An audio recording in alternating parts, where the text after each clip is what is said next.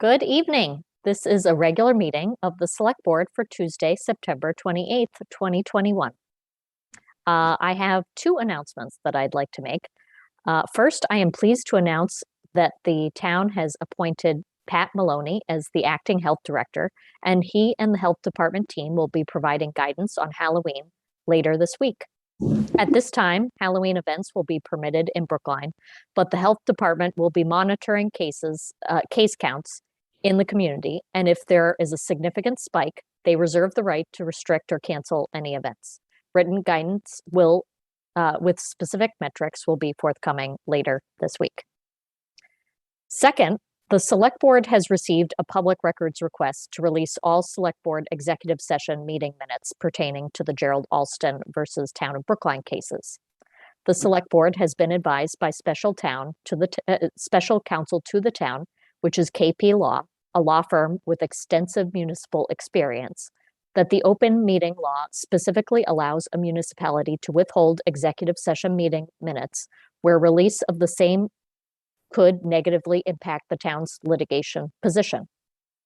The funding of a settlement agreement in the Alston matter will be considered by the town's elected legislative body next week at the October 5th, 2021 town meeting. What occurs at that meeting will necessarily have an impact on the town's current and future position on ongoing litigation. For those reasons, release of such minutes at this time could negatively affect the town's litigation position and would not be in the town's best interests. Any other announcements? Miriam, and then Hi, Bernard. thank you. Yes, I have three announcements. I'll try to keep them brief. First, I want to just bring everyone's attention to the Brookline Hidden History of Slavery and Freedom walking tour that's happening this Sunday from 10 to 11:30. And that's actually going to start at talk about slavery in Brookline, including starting at Town Hall. So I encourage you to check that out. From the same curator, there is now an exhibit on Florida Rough and Ridley in the Brookline Village Library. You can learn about Miss Ridley and why she is so important to Brookline. So I encourage you all to take a look at that. And finally, I will be going to a gas leaks rally organized by, I believe it's Women Out Front, Mothers Out Front, October 16th, 10 to 11 at Florida Rough and Ridley School. And I hope you can join us. Those are my announcements. Bernard?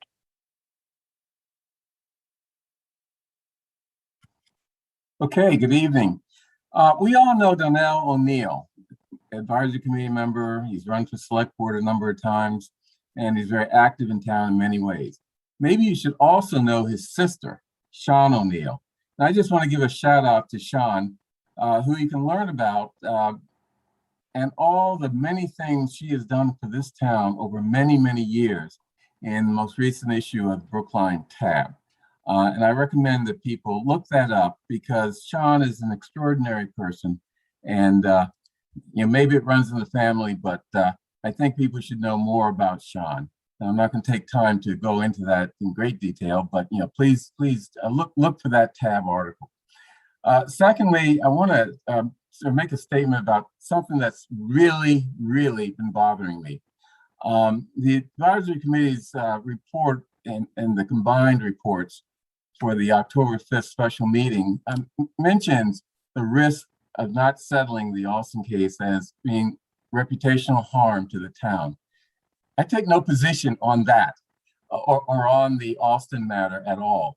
But I am concerned that irrespective of how that town meeting votes, we're going to suffer reputational risk, not just because of anything related to the Alston matter, but because there's a pervasive, what I call hate Brookline talk that we hear from some people here in Brookline on a number of matters.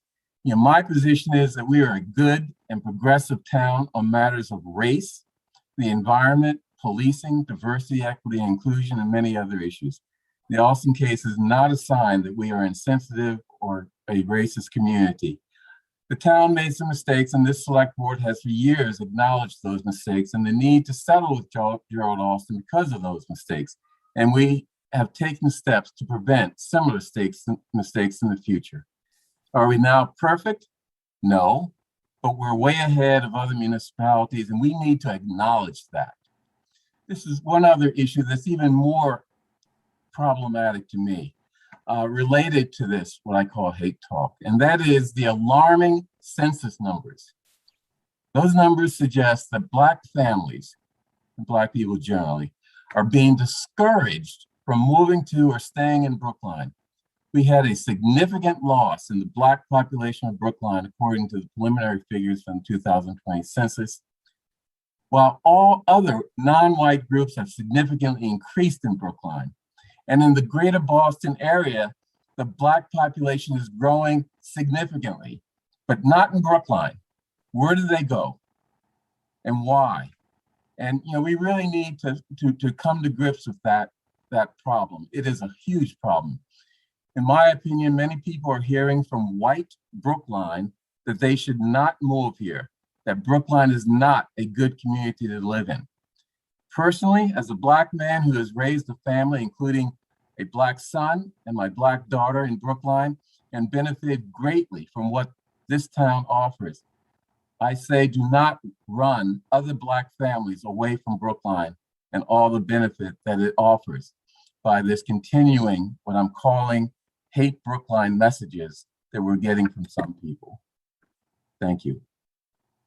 John? Thank you very much.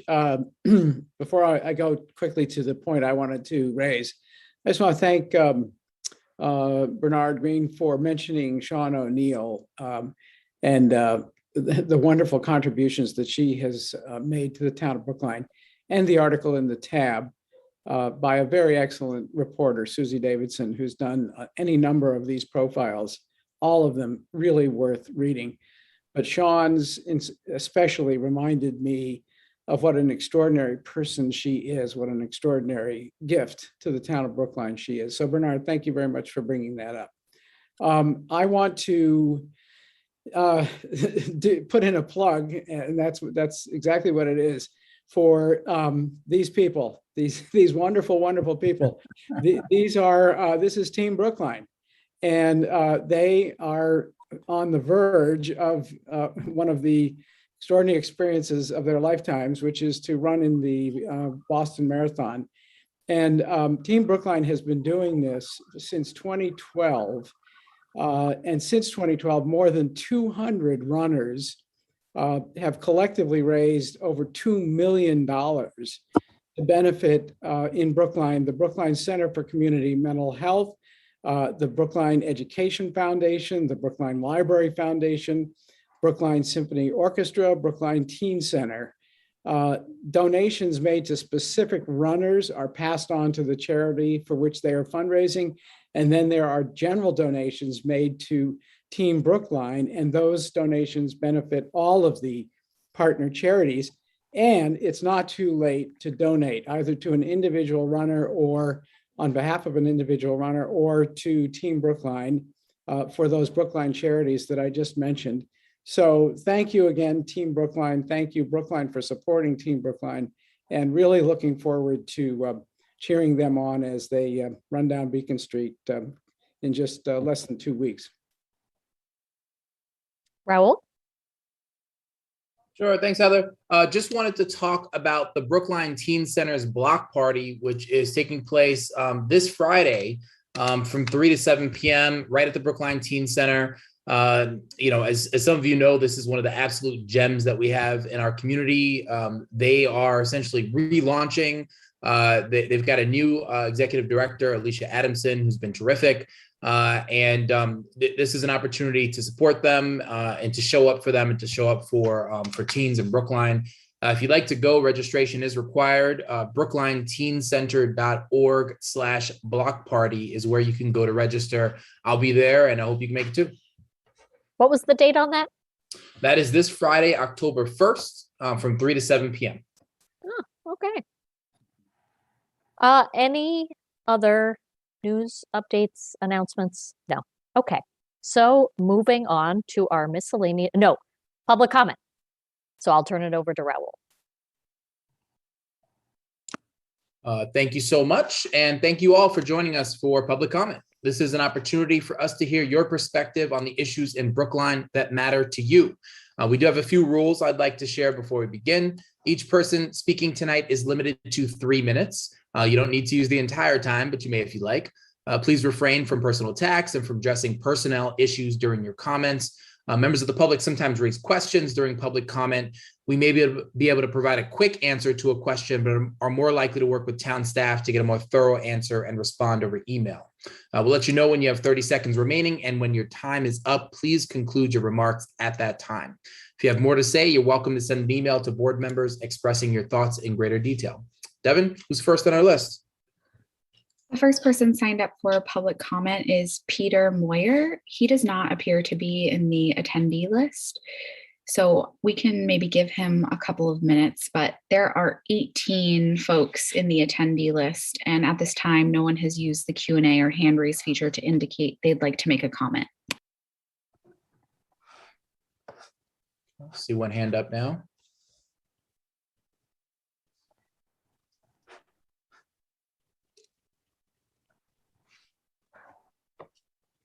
Hi, Mike. You've been promoted to a panelist. Your 3 minutes will begin when you're ready. Thank you, Devin. Hi, everyone. Mike Toffel, town meeting member from Precinct 8. My comment is about the upcoming October town meeting, where we'll be talking about Article 1, I believe, on Gerald, Alston and the settlement that the select board negotiated. There's 3 points that I'd like to ensure that the select board include in either written remarks or their verbal remarks during town meeting. And this is mostly looking forward to ensure we are better behaved and better protected against similar situations arising. The first is, do we have, and should we have, and do we have insurance against staff or others engaging in discriminatory behavior? The second is, do we have or should we have insurance protecting us against wrongful termination claims? And the third is some overview of what HR and legal and other practices that we are engaging in to ensure that we don't find ourselves in a situation like this again. So 3 things again: insurance against discrimination, insurance against wrongful termination, and a high-level sketch of some of the changes that have been made or are being made at your direction to ensure that we will not find ourselves in the situation again. Thanks very much.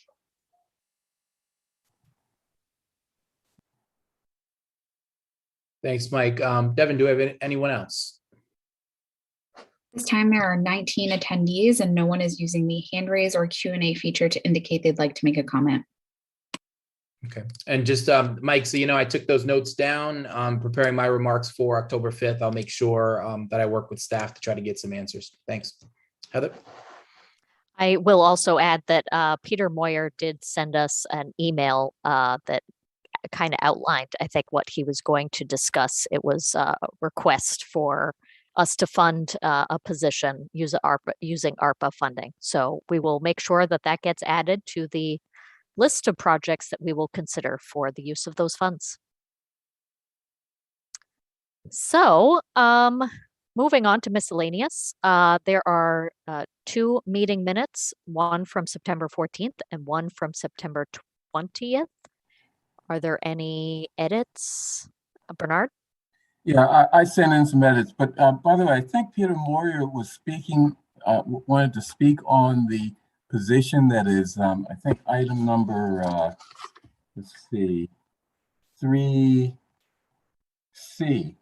with respect to Environmental Health and Safety Officer for DPW. So he may be waiting to speak when that that item comes up. That is not my understanding from reading his email. Okay. He is also not present. So we are about to take that vote shortly, and he can reach out to us if he strenuously objects to us funding that position. He won't. Okay. So meeting minutes, so Bernard, you submitted some edits? Yes, Okay, just my edits. so I will move both of them together. I move approval of, hold on, the meeting minutes from September 14th and September 20th, 2021. All those in favor, Bernard, Aye. Raul, Aye. John, Aye. Aye. the chair votes aye. And now, Heather, I'm sorry? sorry if I can Mhm. interrupt. I'm sorry. I should have said if those are substantive in nature, you'll make us aware, right? I'm assuming these are just minor changes or anything, but if they were Yeah. substantive, we'd be made aware, right? Yes, first of all, my name was duplicate in the, one of the duplicate twice in one of the votes. And secondly, where I voted to abstain on the Spiegel matter, the sentence indicating that transition from the previous discussion was missing, so I proposed that. So mostly Scribner errors. Okay. Yeah. So moving on to the rest of the miscellaneous, I will try to do this as quickly as possible. There's a question to approve new voting members, the Pierce School Building Committee, Leslie Ryan Miller and Samuel Rippin, approving the authorization to hire for Department of Public Works and Environmental Health and Safety Officer for DPW Central Administration, a gardener laborer position in Parks and Open Space Division, approving the authorization to hire for a reference librarian, approving the authorization to hire for a data administrator within the Digital Services Division of the IT Department, another authorization to hire for public health specialist in Environmental Health Division of the Health and Human Services Department, question of authorizing the chair to execute an application to the Massachusetts Housing Partnership for technical assistance to the ZBA and Planning Department to facilitate their review of 40B comprehensive permit applications, approving a GMP for the Brookline High School expansion with Skanska in the amount of $0, approving a change order 3 for the Brookline High School expansion deferred maintenance with NB Kenny in the amount of $18,185, approving Amendment 24 for additional design services for third floor renovation of the Brookline High School expansion with William Ron Associates in the amount of $387,450, approving change order number 2 to the contract between Gilbane Building Company and Town of Brookline in the amount of $5,339 for the Driscoll School project for electrical and fire alarm changes requested by the Brookline Fire Department, approving amendment number 2 to the contract with Miller Dyer Spears for additional survey work in the Town Hall Library Pierce School Garage Complex for the Pierce School project in the amount of $26,400. Question of accepting a gift from the Brookline Library Foundation for the Public Library of Brookline in the amount of $15,000 to purchase and install furniture for the newly established children's garden at the Brookline Village location, approving the application for an alternate manager at NETA named John Bogdan, approving a temporary wine and malt beverage non-sales license to Lars Anderson Auto Museum for an event this Saturday from 5:30 p.m. to 11 p.m. 125 people expected. So that's the consent agenda. Bernard, do you have a question? Yeah, it's not a question, just an observation. Peter Moria is actually speaking on the issue of the public health person in the health department. However, item 3C, which is the environmental health and safety officer, a very interesting and very important position so far as I can tell, had no material in our packet. I don't think we should not vote on it, but I would like staff to provide some background material in this position, just so that the select board knows what DPW is doing and what I can guess is a very important position that will have significant implications for the town. I don't disagree. So I think we can have a conversation with Aaron, who will be joining us later. But let's take the vote that's before us right now. All right. So any objections to the miscellaneous that I just read? Seeing none, all those in favor, Bernard, Aye. Raul, Aye. John, Aye. Miriam, Aye. and the chair votes aye. I understand that Peter Moyer has joined us. If he wants to make a 3-minute public comment, I could be persuaded.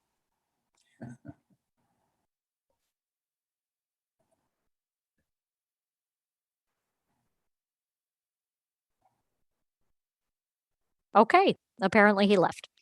So moving along to Beautify Brookline. Speaking of Erin Galantine, I understand that she is presenting on this issue.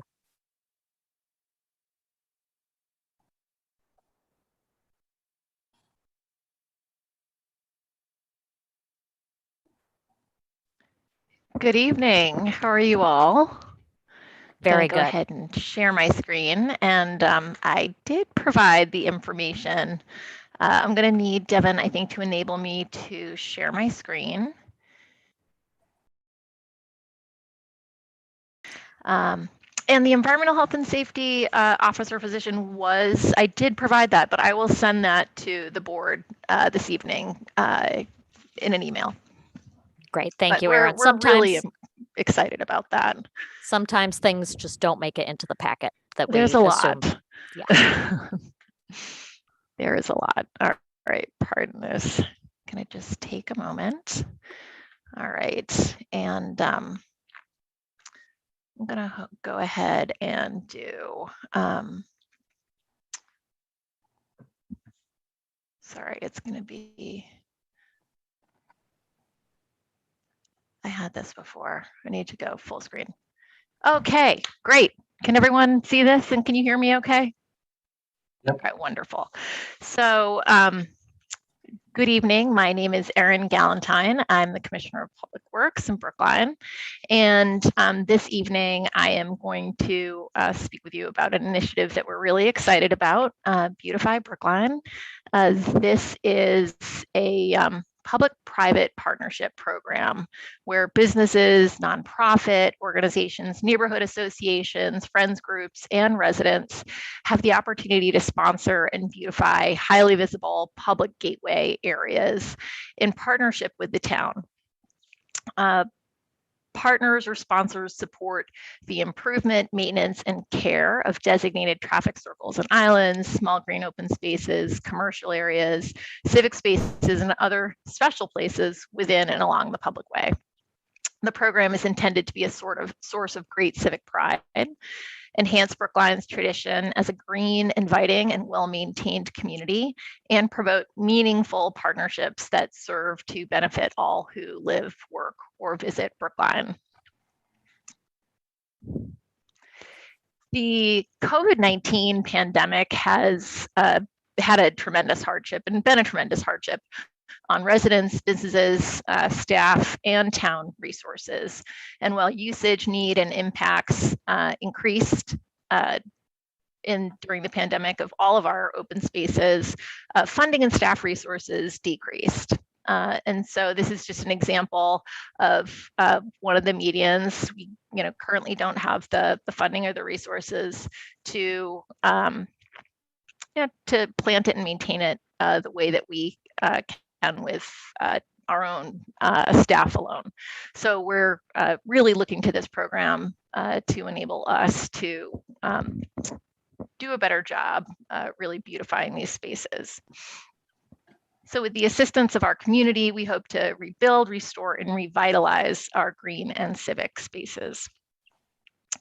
So we have created a map of 22 different sort of gateway areas, green spaces along the public way. We also have outlined and identified the commercial areas. So we want to work in the public way, build this program to support the commercial areas as well. And we have also designed a very simple sign to recognize our sponsors, donors, and partners. And this is really important. It is important that those that support this program are recognized and that they take a lot of pride in that as well, and that we celebrate them. So that is an important part of what we're looking to do. So we have created an application form. A memorandum of agreement has been drafted and reviewed by Town Council's office. This was in your packet. Each MOA will be modified as appropriate to define the parameters of the program, protect the town, and define the specific monetary donation, in-kind services, or a combination thereof. So with donors, we may be looking at a financial donation, and then the town, with its own resources or with contractors, designs, improves the space and maintains it. Or we may have partners that have the resources and the capacity and the skill set to do that themselves. And so we really want to leverage our kind of respective strengths, the town strengths and our partners' strengths. And so with that, we have received a couple letters of support. Those were in your packets. I have proposed a vote for the board that would enable us to commence the program this spring. And we'll open it to questions. But I want to say that this is something that will grow over time, and it may grow a little bit slowly, but we're really hoping that this is something that we could sustain long-term for the town.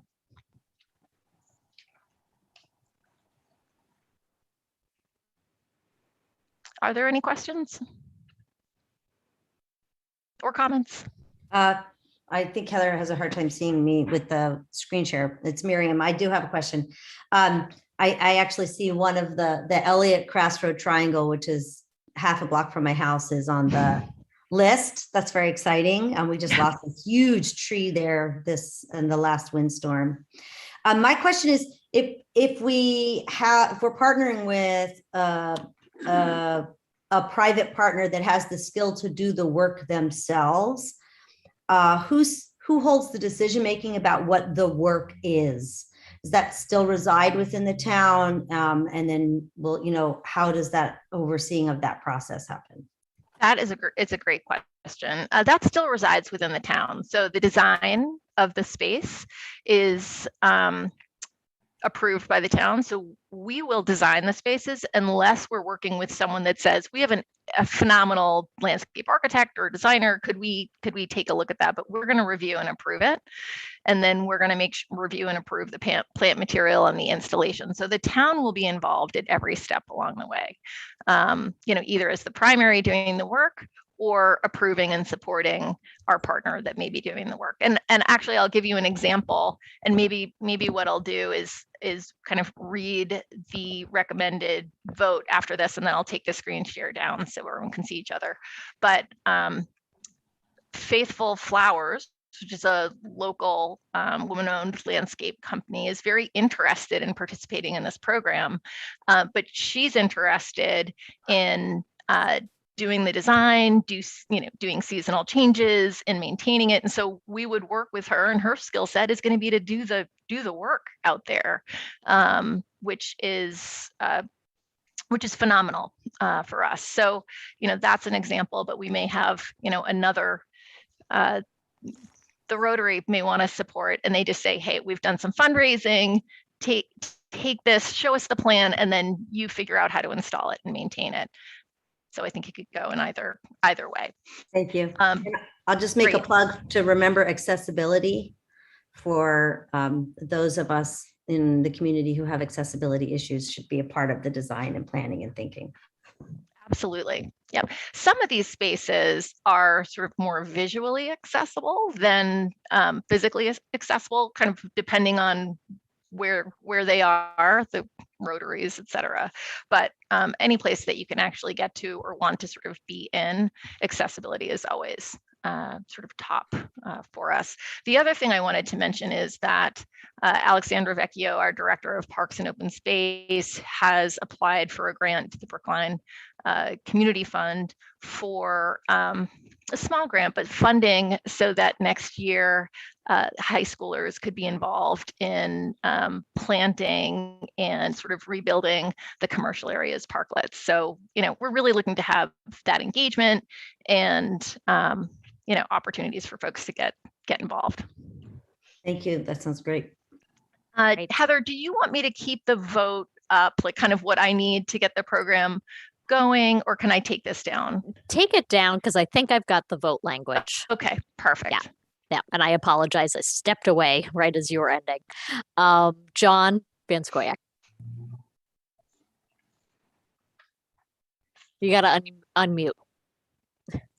Thank you. Thank you, Heather. Thank you, Aaron. All right, I'll stipulate that I am a skeptic about programs that involve trading away Brookline's public spaces. And I hope that doesn't sound like too harsh a description of what this is. But I'm going to make a comparison to the SUFA signs that we have arranged to allow on our sidewalks. And recently, after a period of time during which the SUFA signs were pretty much as we imagined they would be, community built bulletin boards with a little tiny bit of sponsorship on them. All of a sudden, a SUFA sign started to show up on a regular basis that was pretty much a full-fledged, full-size street billboard for a cannabis delivery service. And I have no problem with cannabis delivery services. But years ago, people fought hard, and it was a long and difficult cause to have to fight, to arrange the billboards that were on buildings on our public ways and had become sort of a blight to our urban landscape, would be outlawed. And so that's one of the reasons, except for some grandfathered billboards, you no longer see the proliferation of billboards that used to be commonplace on the tops of buildings in our commercial districts. Billboards advertising anything and everything, mostly cigarettes. But those are long gone. But then all of a sudden, somehow, there's been a change in our mindset.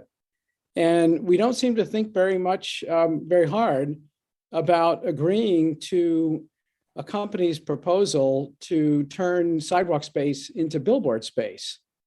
And I'm hoping that we will do a review of the SUFA program. And I'm going to make the comparison in a sort of a gentle way to this, in that we are giving a benefit to whoever the sponsors are who will participate in this program. And good for them. I'm sure most of them, if not all of them, are the kinds of businesses that we in Brookline really like and support.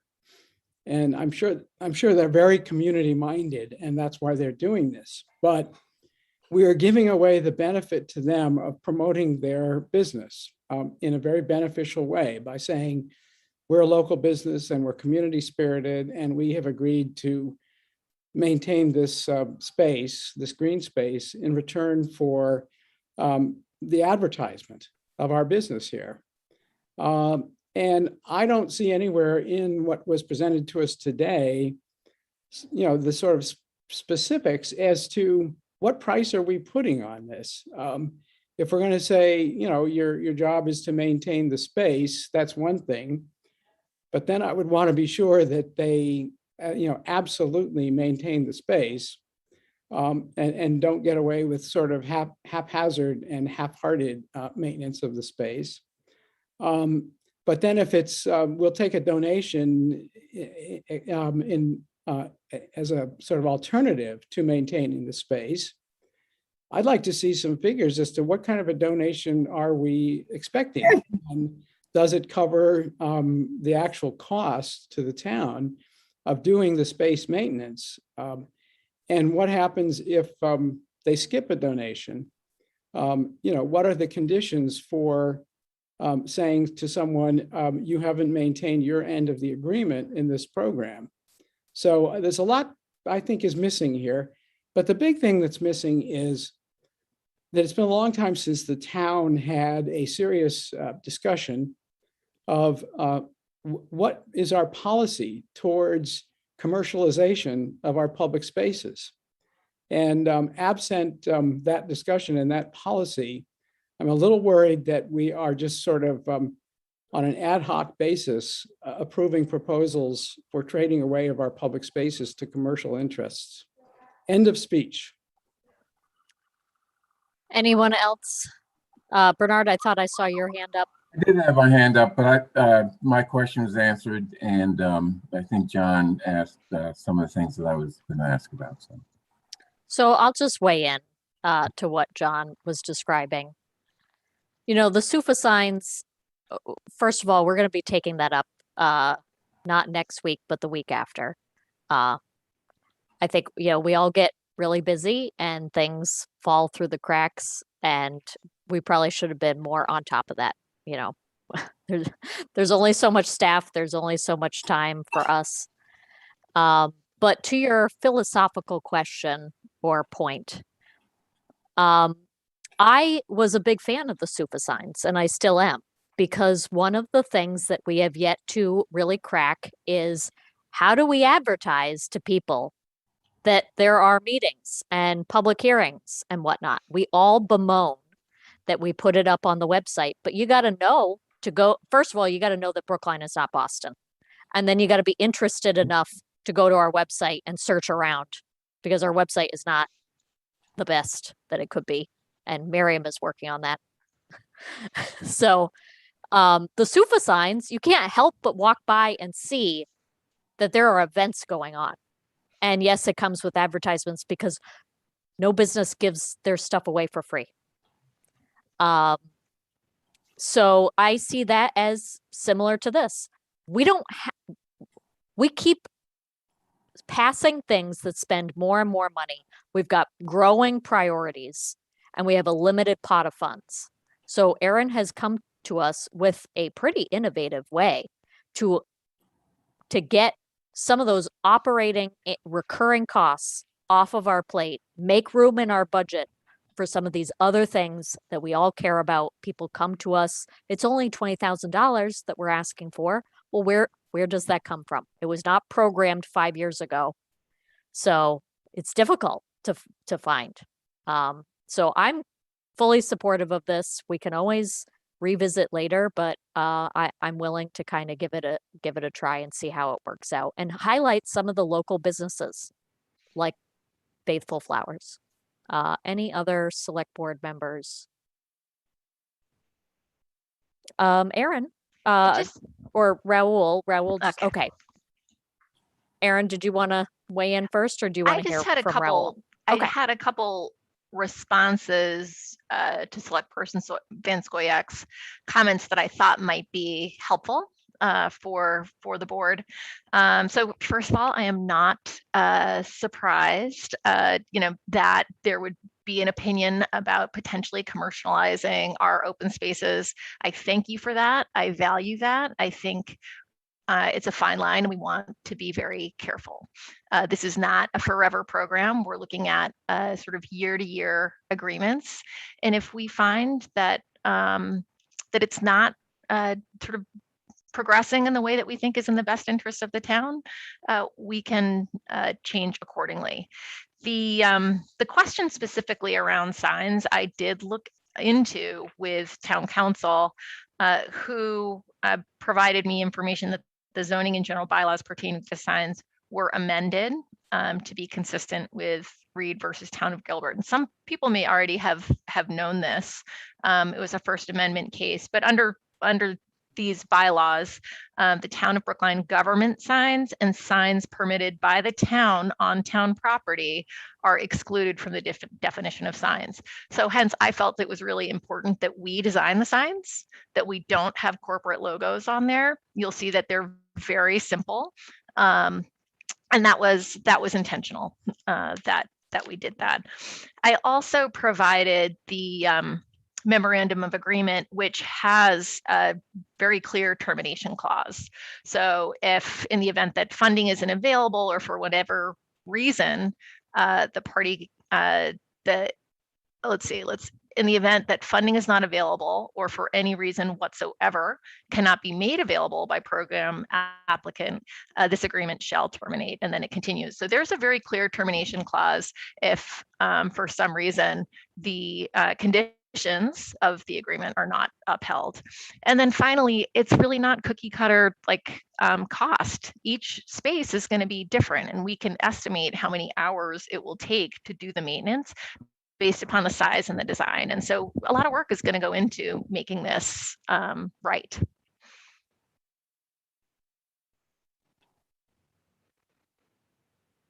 So, Commissioner, I had a comment, but I'm wondering if you can you, before I get into that, can you give us a range to John's question about, like, I'm just trying to understand this part about whether or not, outside of commercial interests, I know Heather is involved, I think, in Rotary, is that right? Whether or not nonprofit organizations would be able to, is it a price point where nonprofits can also participate?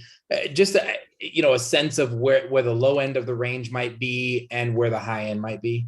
Sure. So I think it probably depends on how much is going in terms of plant material, but in terms of a range, we're probably looking at $15,000 to $30,000 for a year. Okay.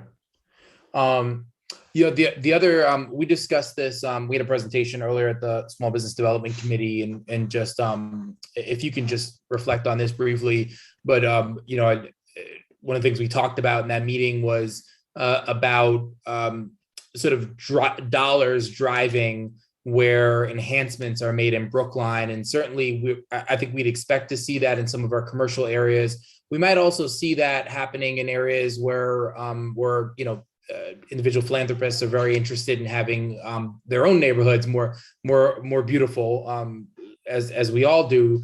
And just thinking about equity concerns here and what plan we would have to make sure that all of the dollars aren't being driven to beautify just commercial areas and areas where there's already concentrations of wealth.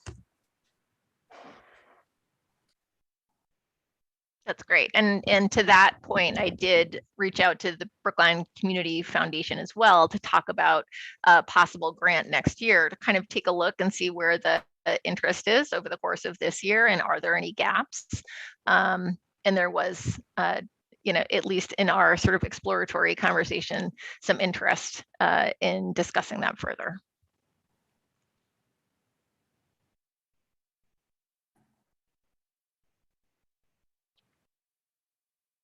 Any other discussion, John? Yeah, I just want to mention one more thing to put this in context. I hope it serves that purpose. So there's the Minot Rose Garden. And there is a hardworking team of volunteers. There's Hall's Pond, and there are volunteer efforts that are directed towards Hall's Pond. There's the Muddy River, and maybe less so, but I think on occasion there are cleanups in the Muddy River. There's Mike Dukakis, who is legendary for on his walks to Northeastern, where he has been teaching for many, many years. If he sees litter, he picks it up. None of those people, expect or receive a sign promoting them in return for their contributions to the town. And I just don't want us to lose sight of that. That to me is, community spirit that we need to encourage and cultivate as much as possible. The spirit of, what do I get out of this in return for my, contribution to beautification of this triangle. And I got to say again, I'm sure these businesses, Faithful Flowers, terrific. Come on. I'm not quibbling with any of the businesses that would be participants in this. But I just think we have to make some distinctions here. as to what we're getting into, and it's different. It's we are commercializing the space, and I'm glad that Aaron is assuring us as to the care that will be taken. But I do hope this is a baby step and a small pilot that we can evaluate before this becomes sort of rampant in all of our public spaces, small public spaces, here, there, and everywhere around the town. Miriam? Thank you. I'll try to keep it short. To John's point, John, I just don't think these things are mutually exclusive. I don't see why they can't coexist. And I think we're talking about scale. I don't think volunteers can do $15,000 worth of work necessarily.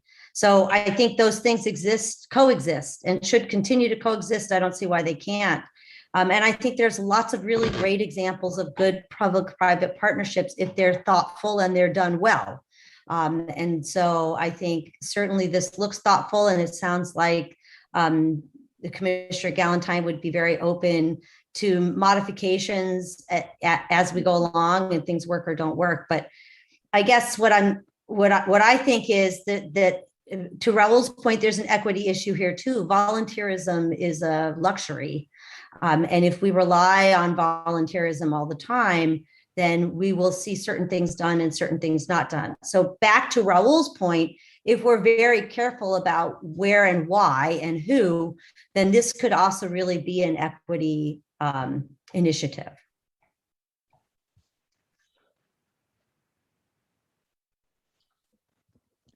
I will just add, we really appreciate our volunteers and friends groups, and have phenomenal groups that we work with across the town, and they are recognized in different ways. On the Halls Pond sign board, the Friends are recognized. The Minot Rose Garden Friends have their own board, and we do have a plaque for Michael and Kitty Dukakis in the Riverway specifically.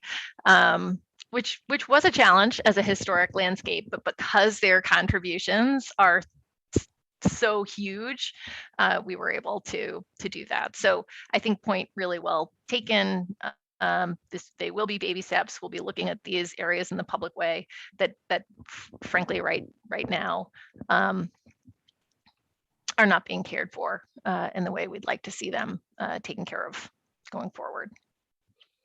I think this would be an infinitely harder conversation to have if, Aaron, you had not insisted that we design the signs.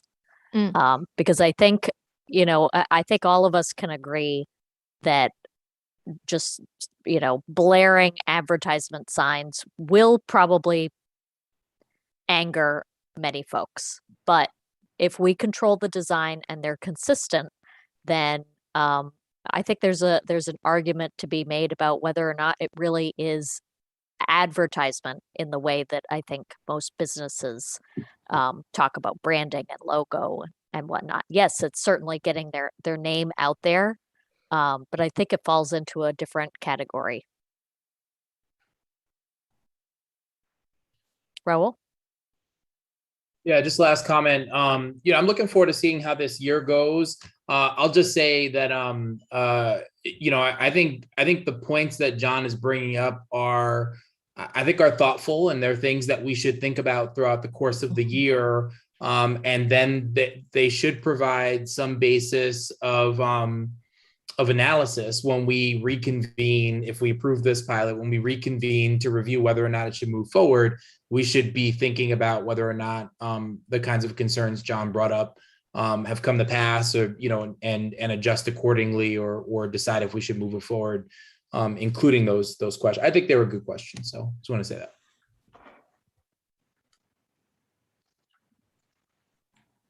Any other discussion before I move the language?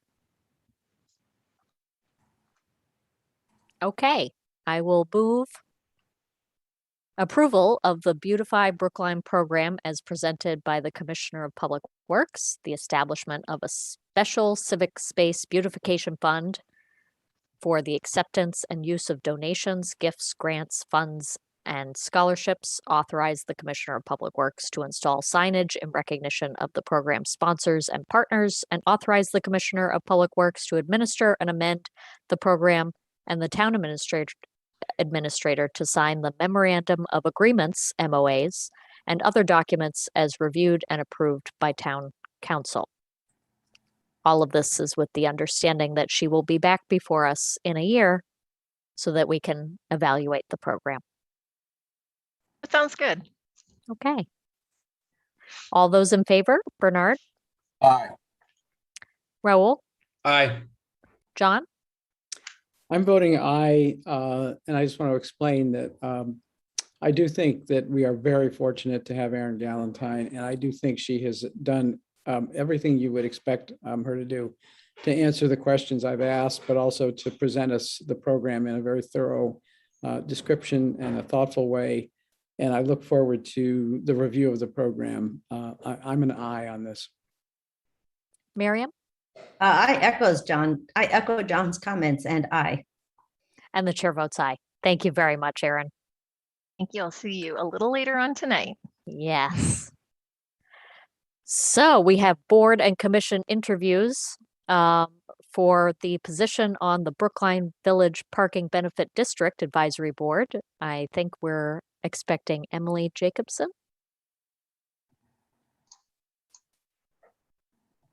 Good evening. Emily, good evening. Emily recently interviewed for the position on the Transportation Board. So thank you very much for returning. So if you want to just describe yourself in about 90 seconds, and if you've been able to find any information on the Parking Benefits District and why you're interested in serving on that. Thanks. So I have a bachelor's and a master's degree in civil engineering, although I practice in structural engineering. And I live just across the street from Brookline Village. I pass through Brookline Village every morning on my way to work. I get things to eat there in the evening, and I go to the library there. I've taken a look at the document of propositions that the Parking Advisory, it has a long name, that the Parking Benefits Advisory Committee has put together, and I see a lot of interesting proposals in there. Mostly I'd like to see Brookline Village become a more welcoming, accessible place for people on foot, because I think that's one of the things that's really lacking in Brookline Village. The sidewalks are very narrow. It's hard to walk two abreast. And it could use a little bit of more welcoming elements, similar to, for instance, the pocket park that was put in just opposite the Starbucks this spring. I think that was a big hit with a lot of people, and there are some proposals in there that the Parking Benefits Advisory Board has put together that could do similar things to that. Excellent. Any questions by board members? Where was that pocket park? I don't recall that in Brookline Village. It's right opposite it's right in front of the Starbucks. Really? That was a pocket park? It doesn't look like a park, but it's to me it's a pocket. It's a parking pocket space park. Right. Okay. Interesting. Huh. How long have you lived in the village? I don't live directly in the village. I live in Walnut Street, across Route 9. Okay, but in that area. I think we moved in 2019. Okay. So yeah. Unfortunately, I've seen some businesses go. So already, I know.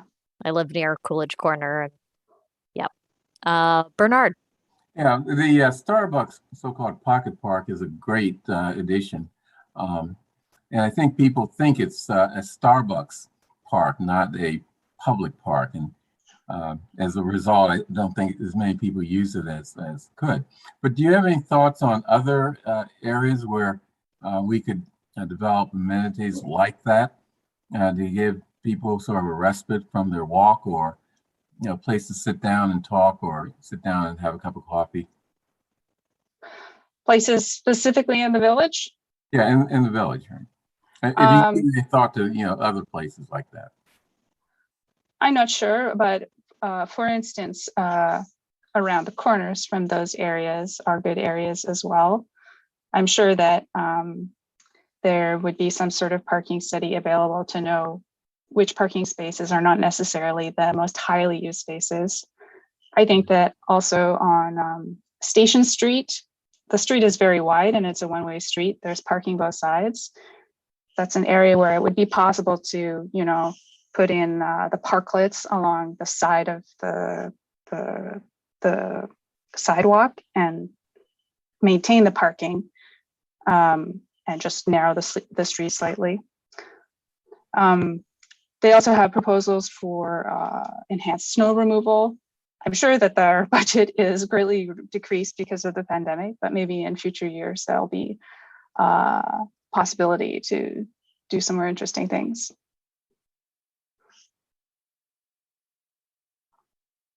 Great. Any other questions? Well, we will not make a decision tonight, but really appreciate that you are interested. We will make a decision hopefully soon because I know there are a number of vacancies. So if you know anybody else who's interested, I'll send them drum the up the link. competition. Okay. Thank you for having me. Great. Thank Thanks, you. Emily. Bye. Okay. I think we had a withdrawal of the next interview that we were going to have. So I'm going to call on Erin Galentine again because we're supposed to have a grant of location presentation for Eversource.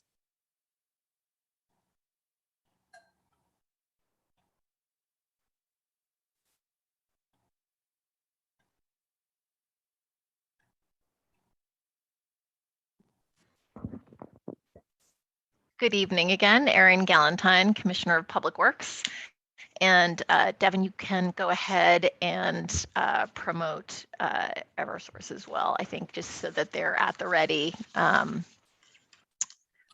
when the board is ready. So in previous meetings, I have provided a brief overview prior to moving into the grant of location hearings to remind the select board of the process and the steps taken by the Department of Public Works prior to your review and the public hearings. Before you this evening, you have two petitions, one from Eversource and one from Verizon. The petition from Eversource is to install one new concrete manhole on Reservoir Road at Boylston Street and run 16 feet of conduit from this manhole to an existing manhole. And the petition from Verizon is a request to place one new 2-inch conduit, approximately 330 feet, starting at the intersection of Egmont and St. Paul streets, and then extending down Egmont westerly to a new handhole located in front of 72 Egmont, and this is for a new service. So all grant of location requests, they're reviewed, managed, and prepared by a senior engineer within the Department of Public Works. The locations are verified, paperwork completed, and then public notices of the hearing is sent to the abutters. In addition, a form is sent to National Grid to send a technician to check all of these grant of location areas for possible gas leaks in advance of the work being completed. And we can really thank Nancy Heller for sort of institutionalizing that process for us. A survey was completed at both sites and no leaks were detected. Once the senior engineer has reviewed the plan, it is reviewed by the Director of Engineering and Transportation, who then will review it with me. And so with that, I pass it back to you, Chair Hamilton. Great. I will open this public hearing. Devin, do we have any members of the public that want to speak? Are there any comments by select board members while we wait to see if any members of the public want to speak? John. I wouldn't want to disappoint Erin. I'm sure she's looking forward to my comments on this. Erin, thank you as always for helping us figure out what these issues are all about. this is one of those areas where I can confess I have a lot to learn.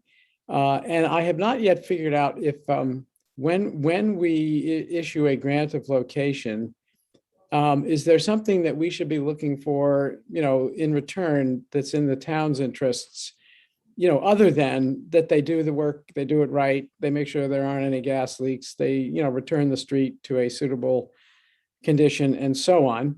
I don't know if you can educate me on that just a little bit, because I have heard people discuss this issue in terms of some benefits that might accrue to the town in terms of while you're at it, while you're doing the work, while you are creating a conduit here, is there some future use for that conduit that might be of interest to the town that you could provide for in terms of how you do the installation of the conduit? I hope that doesn't sound too confusing, but that's the question.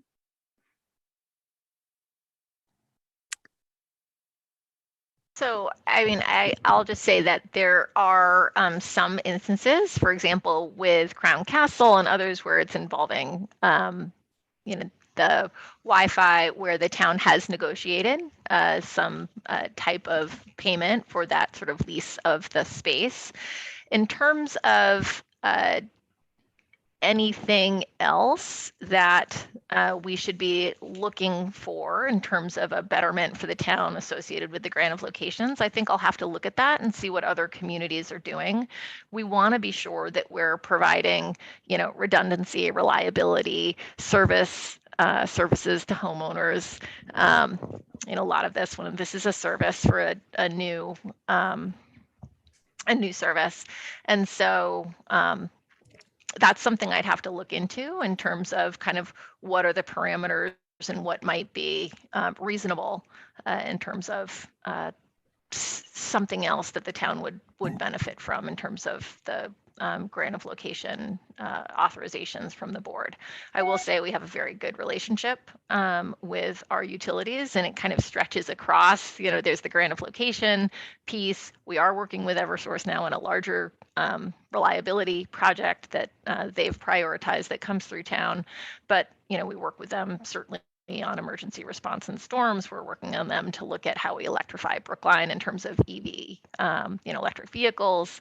And we work with them as one of the many utilities as we try to reduce the number of double poles in town. So we work with them in many ways. I think this is a great question, and I will get back to the board on it.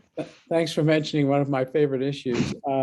And just to add to my comment quickly, the term shadow conduit, I think is relevant to this conversation. And the only question that I know to ask without sounding completely ignorant and stupid on this topic is, do we have a shadow conduit policy?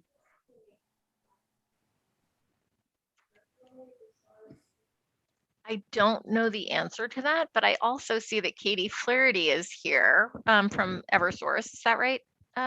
Katie, are you from Eversource? Yes. Hi. Good evening. Hi. Hi. And so there may be some questions, but I'm also wondering perhaps you have some insight in terms of any other sort of betterments or benefits that may be agreed upon during the grant of location process with other communities. I don't right now either. That would be something I can check onto and communicate back to you. That would be great. Okay.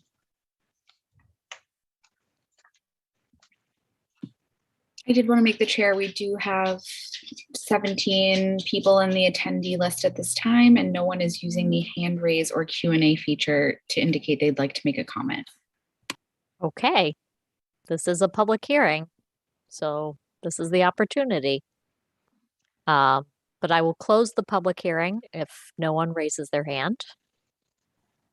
Any other comments or questions by select board members? We do have a hand raise. Hold on one moment. Okay.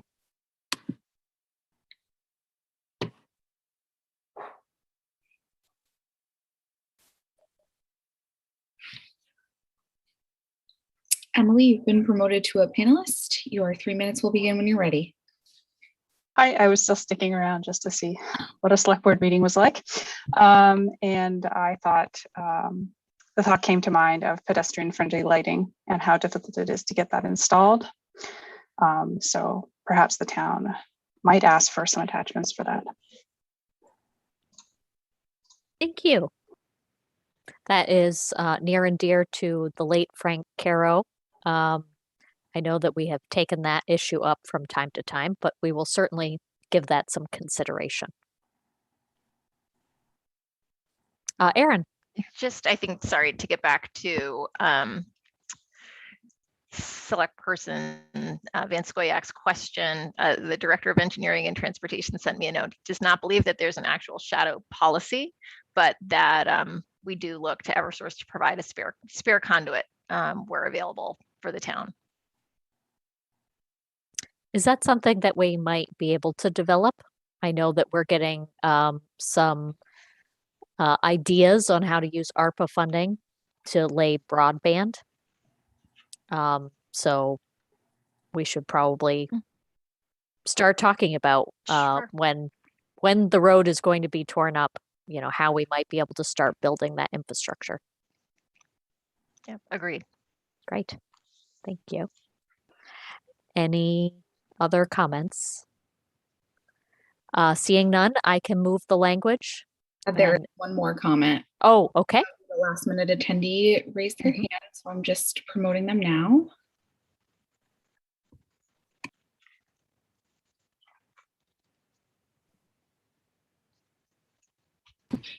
Hi, Kellyanne, you've been promoted to a panelist. You can unmute and share your video if you're comfortable, and your 3 minutes will begin.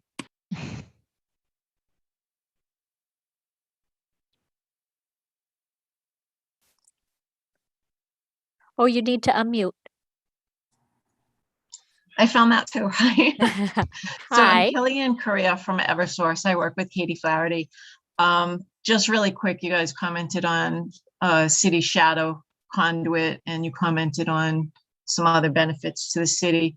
I can certainly refer to this to government affairs. I know in my experience, city shadow often follows telecom as opposed to electric, because electric with code, we don't share a trench with other utilities.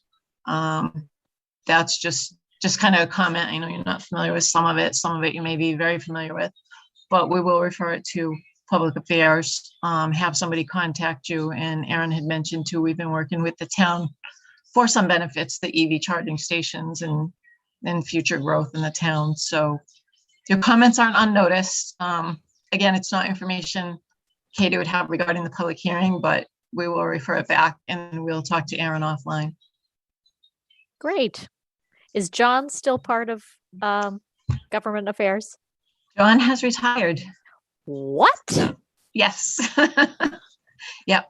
So that's too bad. We do have a few new people in place. There's been some movement there too. So even the person that had taken John's place has a replacement now, but I can put you in touch with the correct people. Thank you very much. That is sad. I kind of missed Nancy Heller beating him up. And him taking it gracefully. Yeah, he did. He really did. Tell him that we asked about him and remember him fondly. I will definitely do that. Thank you. Well, thank you very much for providing that extra information. Any other comments before I move the language? Seeing none, Erin, please correct me if I get it wrong. Hopefully I won't. I move approval of the grant of location request from, is this supposed to be Eversource or is this? This is Eversource. Insta? Okay. Eversource, for permission to construct and location for such a line of conduits and manholes with the necessary cables therein under the following public way. Reservoir Road, conduit running northwesterly from existing manhole number MH18688 at the intersection with Boylston Street, a distance of about 16 feet, to manhole number MH30761. All those in favor? Bernard? Aye. Raul, Aye. Miriam. I'm sorry, John. Aye. Miriam, Aye. and the chair votes aye. Thank you. Um, what is the next time for the public hearing, Devin? Can we move right in?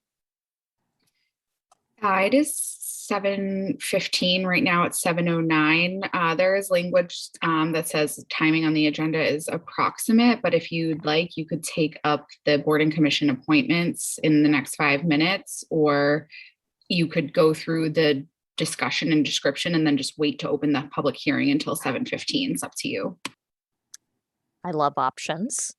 What do other board members feel like doing? Should we just keep going? And I will open the public hearing at the designated time. Okay, we'll do that. So Erin, back to you. I think so. At this point, I provided the general overview, Okay. and the rest of the description would be on Verizon to Fill in. further describe exactly anything that the board had questions on, and to further describe their request. Great. I understand James from Verizon is here. Would you like to say a few words? Yes, good evening. My name is James De Toronto. I'm representing Verizon New England. Erin put it pretty perfectly.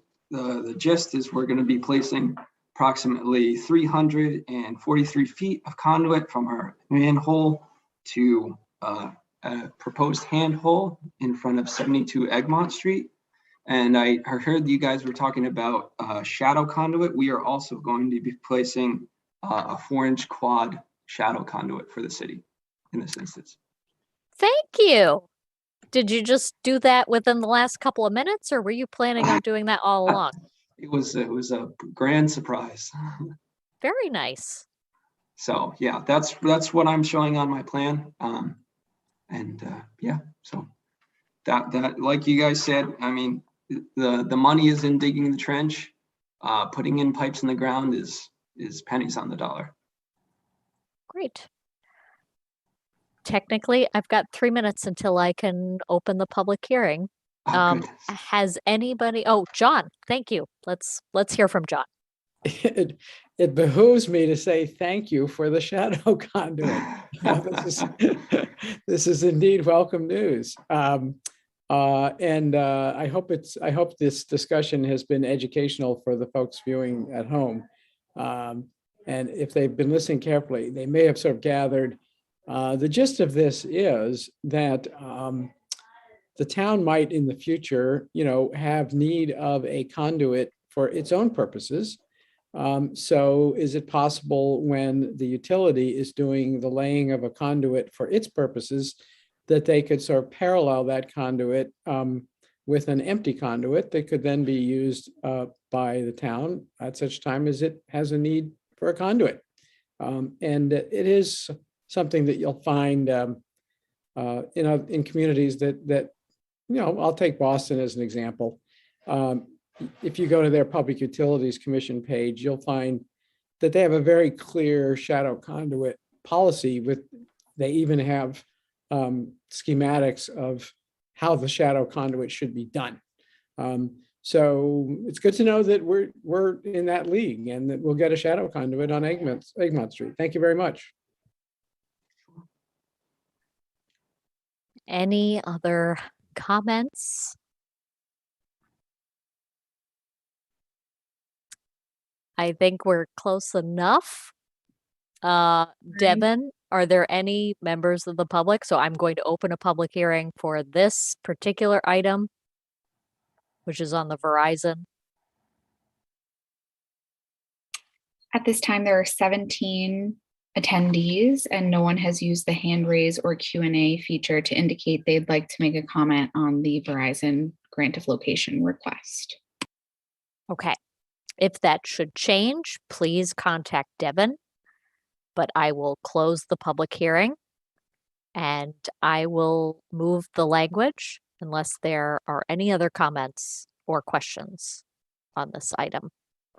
Seeing none, I will move Approval of the grant of location request from Verizon New England for permission to construct and a location for such a line of conduits and manholes with the necessary cables therein under the following public ways.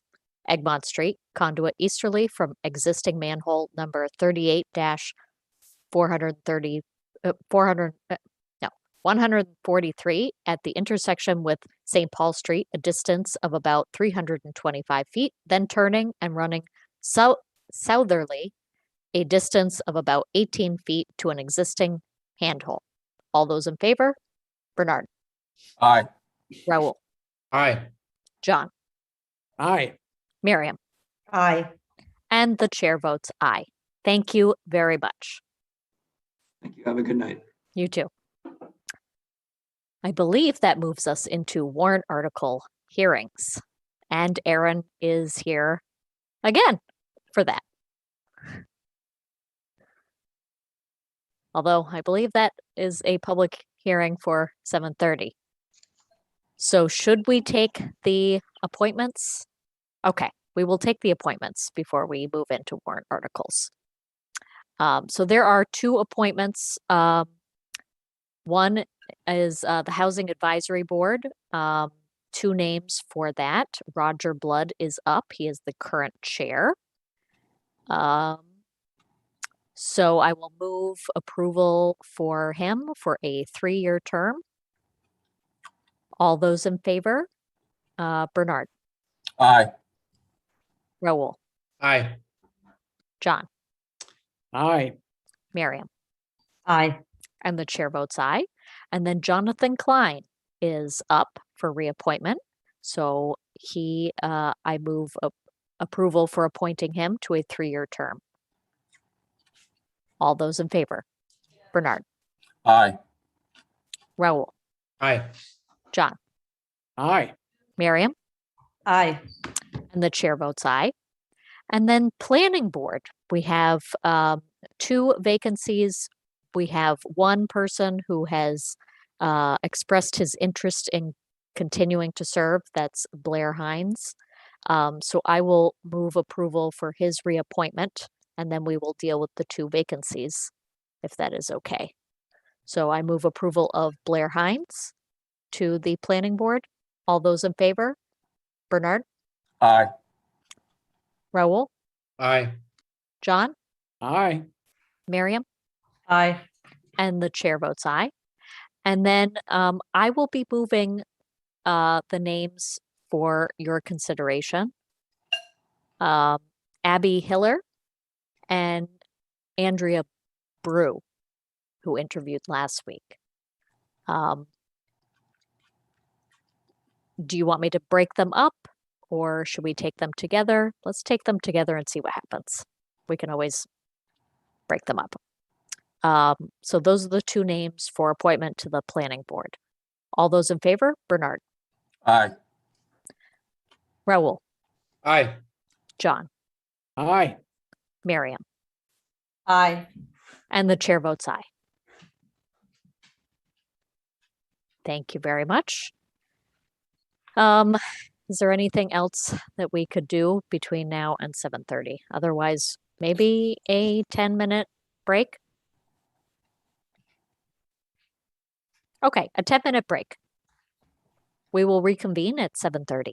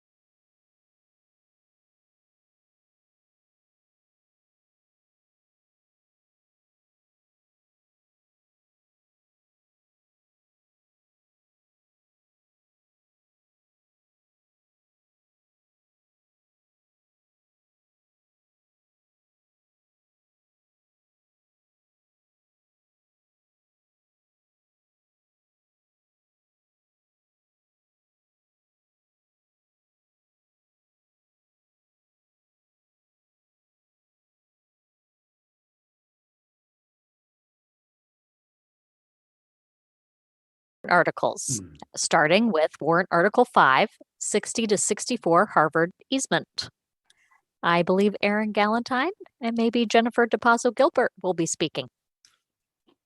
Thank you. Erin Galantine, Commissioner of Public Works. And Devin, if I could ask that you promote Robert King. And it is my pleasure to introduce to the board our new Director of Engineering and Transportation, Robert King. I want to make sure that he actually can get promoted. He has been with us for 4 months, and I've been kind of keeping him hidden so he could get acclimated before coming before the board. But he comes to us with tremendous experience. He was the program manager for strategic projects at Massport and the director of capital projects, planning and engineering for the city of Somerville, and also has been the director of engineering for Framingham. Has extensive experience in roadway construction, repair, and rehabilitation. It's done a lot of work with ADA and AAB, and really is a phenomenal member of our senior leadership team, providing great clarity and professionalism, and is a systems thinker. So we are very lucky to have Mr. King as part of our team. Thank you, Rob. Okay, and with that, actually, I'll turn it over to him to present this warrant article. Oh, great. Well, welcome, Rob. Can't wait to hear your presentation. Evening, Chairperson Hamilton. My name is Rob King, and also good evening to the members of the board. I apologize. For the record, my name is Robert King, Director of Engineering and Transportation for the town of Brookline. And this evening, I am here to speak on Article 5, which is generally a housekeeping item related to work that the town undertook back in 1997 to improve overall safety for student pickup and drop off on the town center as it relates to the Pierce School. As part of that work, and if it helps, I'd be able to, I'm happy to share my screen and show some images of work that was taking place. I'll leave that up to you, Chairperson Hamilton. But ultimately, the work that was done there required that we relocate the entrance to a private lot. And that was agreed upon by both parties. Ultimately, as part of that process, it does require that the town provide an access easement to the property owners there. And for whatever reason in 1997, that just didn't occur. And so the property owners right now, based on my conversations with Ms. Gilbert, the property owners are exploring options as it relates to the future of the property. And they need to understand and have confidence that they will have access to that parking lot moving forward. And so that's what this easement provides. Ultimately, the town is obviously committed to maintaining that access. If at some point in time, even as part of the future Pierce School project, if there were changes that were needed, we would obviously work with the property owners to make sure that we provide some access that's amenable to both sides as part of the project. So again, I'm more than happy to answer any questions as it relates to this warrant article for your consideration. Great, thank you very much. Do any members have questions? Does anybody want to see a visual? Bernard. Yeah, clarify for me, does this easement restrict in any way the design of the Pierce School? Has that been thought about by anyone or discussed with the design team? So through the chair, great question. I actually had a conversation with the building team today about this very item. And I'm not an attorney, nor did I stay at a Holiday Inn Express last night, but I can tell you that working with town council, obviously we are going to do what is right for the town and also what is right for these property owners to give them the access they need to that lot. If there were a modification to that access that were needed at a future point in time, I would imagine that we could work with those property owners to relocate that in such a way that they still get access to that lot and the town could realize what we need to realize for a future Pierce School. I think the reality based on the conversations I've had today is the peer school, it's really in its infancy at this point in time. So to anticipate what that might be, I think we're a little early in that stage. But I can tell you, having been through this before, that there are legal steps that we could go through on both sides to figure out what the next easement might look like. Okay, I would just urge you to really look at that very carefully, because what you've set up, or what you've suggested, is potential for protracted litigation, if necessary. If the building design impedes in any way the property owner's expectation for access. So it's better to address that problem early on than later. And I'm not sure what that means, other than just to keep in touch with the design team so that you know where it's going and can suggest possible alternatives to them to ensure we don't have a problem down the road. So I'm about to acknowledge Jennifer DePazzo Gilbert, but before I do, I will just say making good on a promise that existed in 1997 is probably a first step in building goodwill if we have to come back to our neighbor and ask for something in return. Jennifer, do you have anything that you'd like to add? Yeah, I just wanted to say that the way that we would handle that and protect both sides is we'll be back, assuming this is approved by a 2/3 vote at town meeting, we would come back to the select board with an easement agreement. And I would assume that in that easement agreement, we would have language that acknowledges the Pierce School project and the obligation of both parties to work in good faith should there need to be a redesign of the access or moving the easement to another area. So I think it would be addressed fully in that easement agreement that'll come before you after town meeting. Thank you. Miriam? Yeah, I would just say a visual would help if you have one. Excellent. John? I don't know. Yes, thanks. Just really just one question here.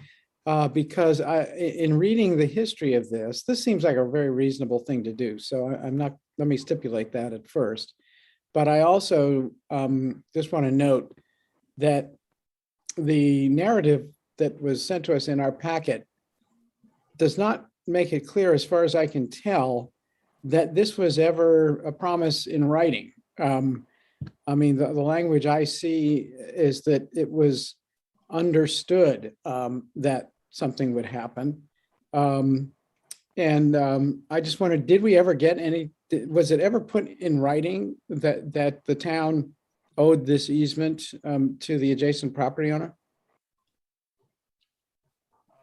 Through the chair, so that's a tough question for me to answer because I've only been here since June, right? But what I would offer for the board's consideration, the town undertook a fair bit of work to relocate that entrance to the parking lot. And so I'll just look for confirmation that everyone can see my screen. Can you see the image that's on my screen right now? Great. We can. It's very small, but Jennifer, who is an attorney, has her hand raised, so I might skip to her to answer that question. Yeah, just wanted to clarify that. So think of your own home and your driveway having access off of a public way. That's exactly what this property had. And when the town decided to block that access off the public way, they were obligated to then record where the new access was going to be located. That didn't happen. So I would just echo what Mr. King said. This is really a housekeeping matter, and the way that this was sort of discovered. And I would just want to thank Rob King for working with me so expeditiously, and Erin on this, was that my client went to sell the property and no buyer could buy it because it cannot get title insurance. And so you could not get a mortgage. And that's how this was discovered. The prior owner and manager of the property passed away. And so this was discovered very recently when the property was on the market.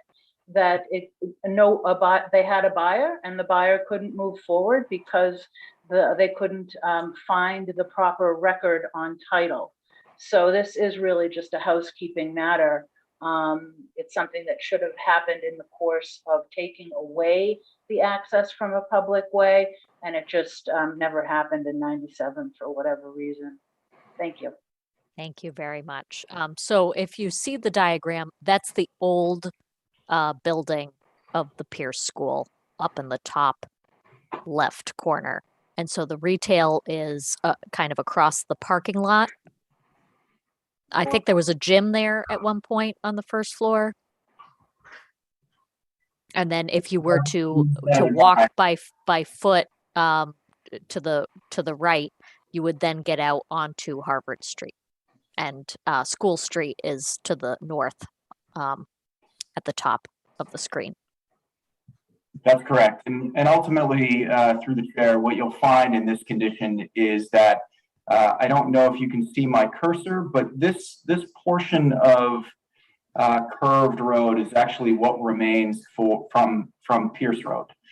And so it was discontinued at this point, just page south of the building as part of the school project. And the entrance into this parking lot, as Ms. Gilbert suggested, was essentially off of a public way. Not essentially, it was off of a public way.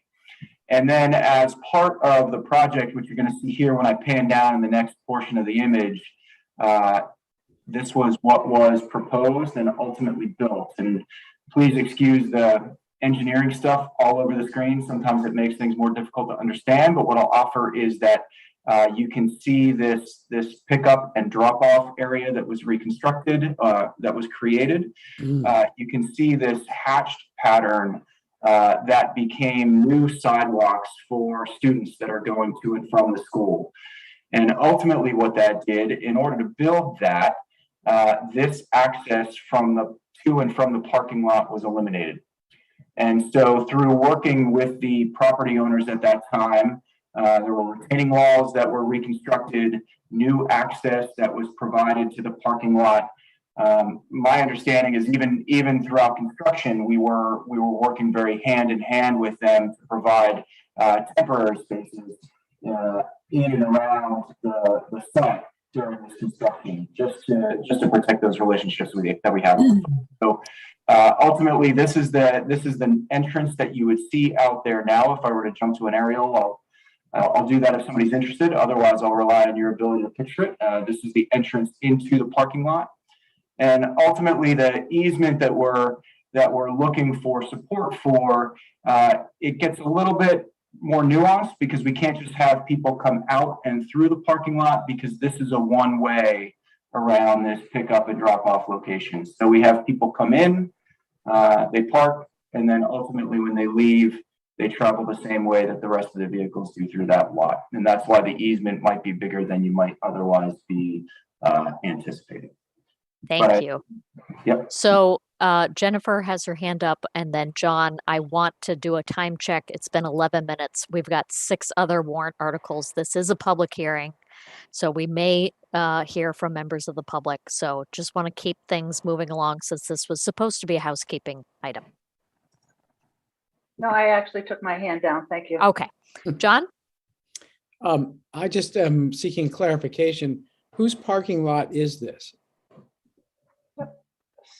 So that lot is part of the 60-64 Harvard, and the lot is in the rear, which used to be accessed further down Pierce Road, but it's a private lot that used to have access off of the public way, Pierce Road, that was discontinued.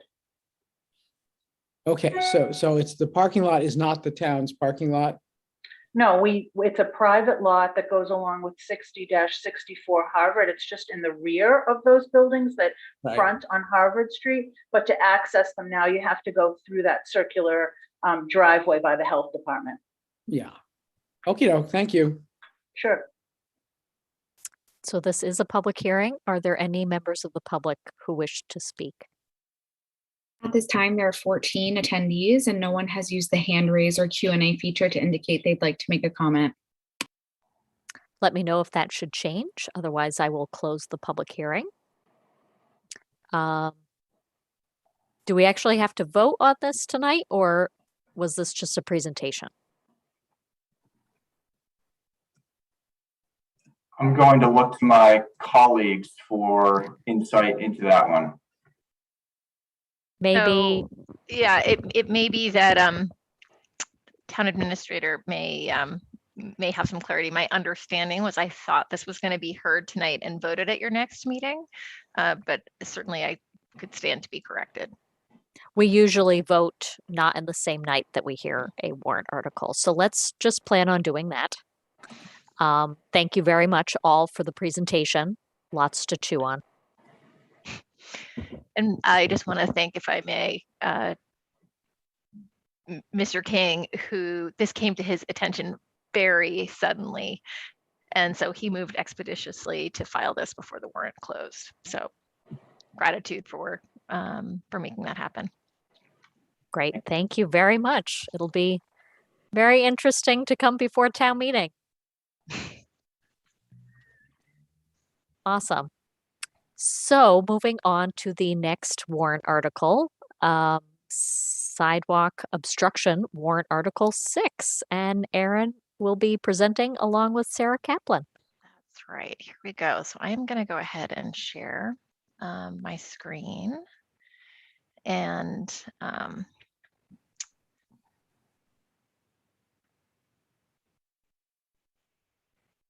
you all see the presentation? Yes. Yes. Okay. All right. Great. So for those who might be just joining, good evening. My name is Erin Galantine. I'm the Commissioner of Public Works, and I'm joined by Sarah Kaplan, Brookline's ADA coordinator. We're co-petitioners of warrant article 6 to amend bylaw 7.5.11 that addresses sidewalk obstructions. We, however, have a team of individuals that have been working very closely with us. David Trevette from the Pedestrian Advisory Committee, Sarah Lynn Allaire from the Disabilities Commission, and former Transportation Board member and Brookline resident Abby Swain. They have been instrumental in the bylaw amendment language and have done a tremendous amount of work in research, outreach, and even putting together this presentation. So I am incredibly grateful for their time and commitment that they have made in working with us on this warrant article. So warrant article 6 provides amended and clarifying language to the town's bylaw that deals with sidewalk obstructions. Sidewalk obstructions are that which block or inhibit free and clear passage. We're required to comply with ADA for a minimum width of 36 inches, but wherever possible, we follow national PROAG standards for 48 inches wide and a height of 80 inches to allow unobstructed passage by all users. And obstructions within the public way are a nuisance for some. They may push us into the curb. We may have to contort ourselves around protruding branches, or we may have to hop off the curb and back up to clear the obstruction. However, for those with mobility limitations, a sight disability, the elderly, those pushing strollers, carriages, our sidewalks become inaccessible, inequitable, and unsafe when there are problems with obstructions. And so overgrown foliage is one of the biggest complaints that we have in terms of sidewalk obstructions. There are examples all over town. These may go untrimmed for months or years, and it really does deny use of sidewalks in some cases. I have a few images that I'll show of sidewalks with overgrown vegetation. And you can kind of imagine that if you were in some type of mobility device, that this would be very limiting.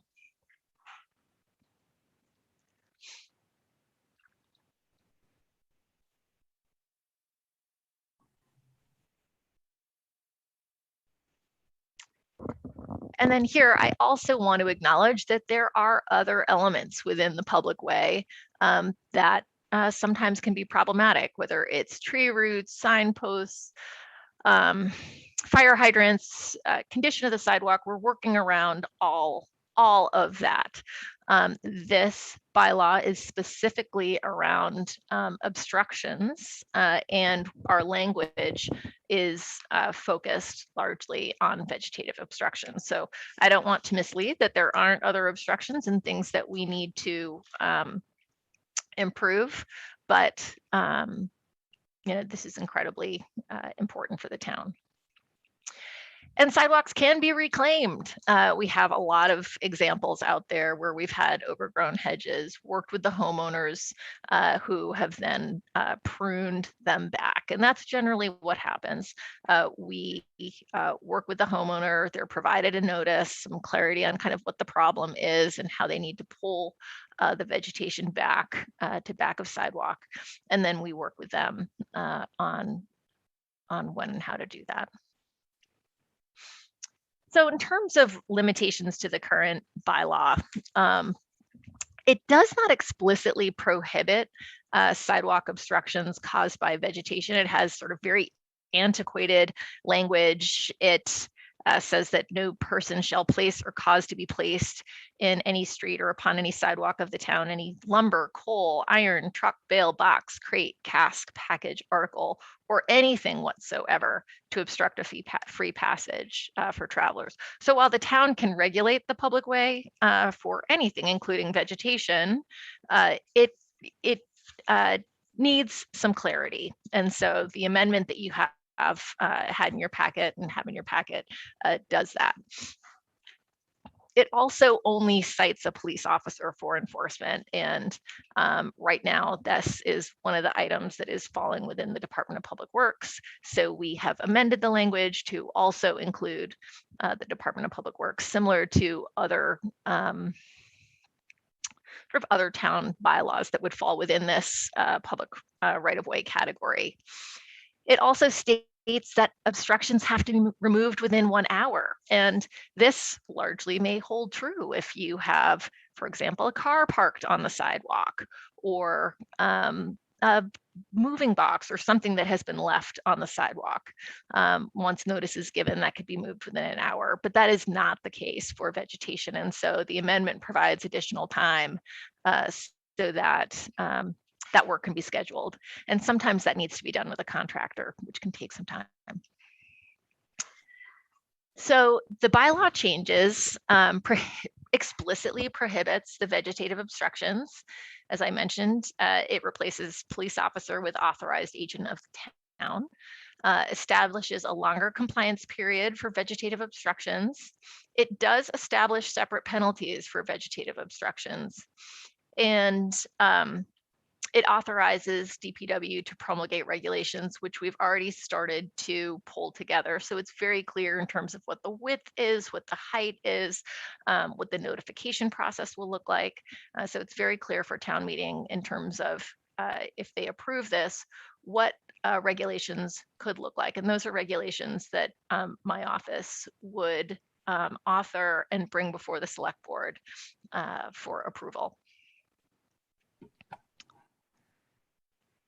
As I mentioned, we follow the PROAG standard of 48 by 80.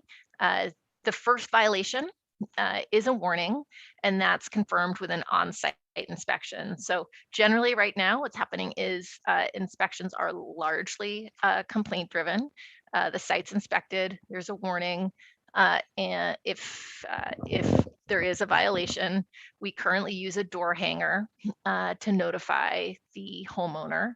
And then if it isn't resolved within 21 days, they get a certified letter letting them know of the violation. Most people are compliant once the violation is brought to their attention. And so we are committed, Brookline is committed to accessibility, and we feel that the proposed bylaw changes are in support of that commitment. And so with that, we recommend favorable action when you do take a vote on this bylaw amendment. Great. So this is a public hearing. I will open it. Any questions by select board members? Boy, this is long overdue. Miriam. I'll just say quickly, I've seen the hard work that the commission did on this, and thank you to Sarah and Aaron and everybody on the commission, the Disability Commission, who even posed for pictures. I wholeheartedly support this. It's an overdue and welcome change. Any other comments by select board members? I see a couple of hands pop up with the attendees. So Devin, if you want to promote Regina Frawley and David Trevette and give them 3 minutes each.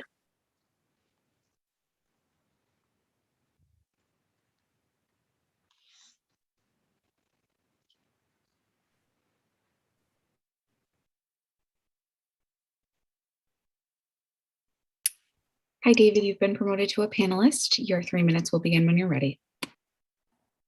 Thank you, Madam Chair, and for the opportunity to speak and to select board members. I'm David Trevette. I'm the chair of the Pedestrian Advisory Committee.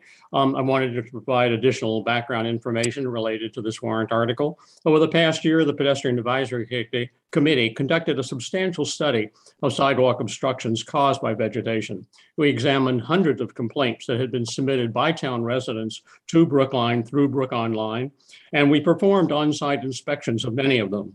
We met with DPW leadership to understand both past and current DPW processes for dealing with such obstructions. We obtained and reviewed DPW records of addresses to which violation notices had been sent.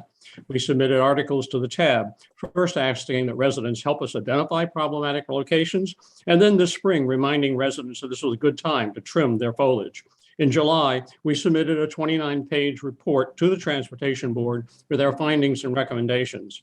That report incorporated numerous photos of obstructions and comments that have been submitted to town residents. You've already seen some of those photos in Commissioner Gallantine's presentation.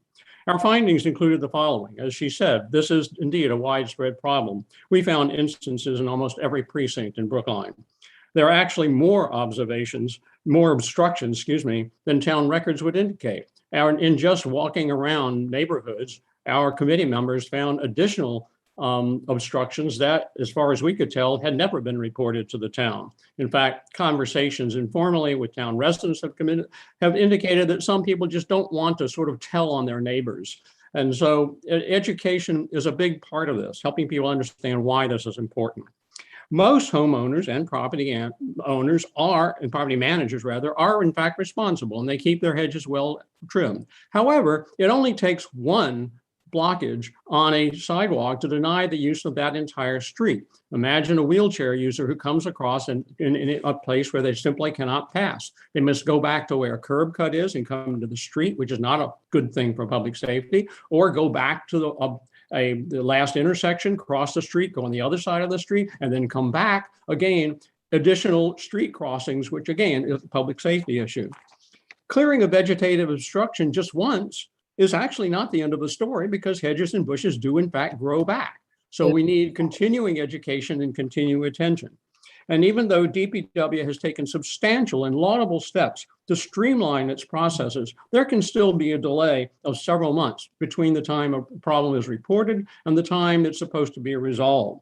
And for those instances that aren't reported, these obstructions can last for a long time. That's a key point to remember. Unlike a lot of obstructions which can be removed quickly, vegetative obstructions can last for very long periods of time and therefore deny free and clear access on the town sidewalks. And of course, we were shocked to discover that the sidewalk obstructions caused by vegetation are not specifically prohibited in the town bylaws. Nor are there any penalties imposed for violations. Brookline has adopted and is committed to a complete streets policy, but obstructing sidewalks are far from complete. We hope the town will take action to address these obstructions that our committee has highlighted. Thank you very much. Next person for comment is Regina Frawley. You have been promoted to a panelist. You can unmute and share your video, and your 3 minutes will begin. I just want to thank you, Regina Frawley, town meeting member from precinct 16. I just want to raise the concept that in small, less than 7,000 square foot zoning areas, they were built at a time and zoned at a time and designed at a time, platted, of when people were lucky to have one car. that's no longer a reality. And it is not uncommon to find cars over the sidewalk in my area, for example. And there's nothing many of those people can do. I happen to be blessed because I have a long driveway, so I can pull mine down, but some of my neighbors cannot. And I do hope that there won't be a draconian approach to some of the enforcement for walkability when it's so clear that some people have no other choice. Thank you. Thank you so much. Any other members of the public? I did want to bring board members' attention to the comment in the Q&A.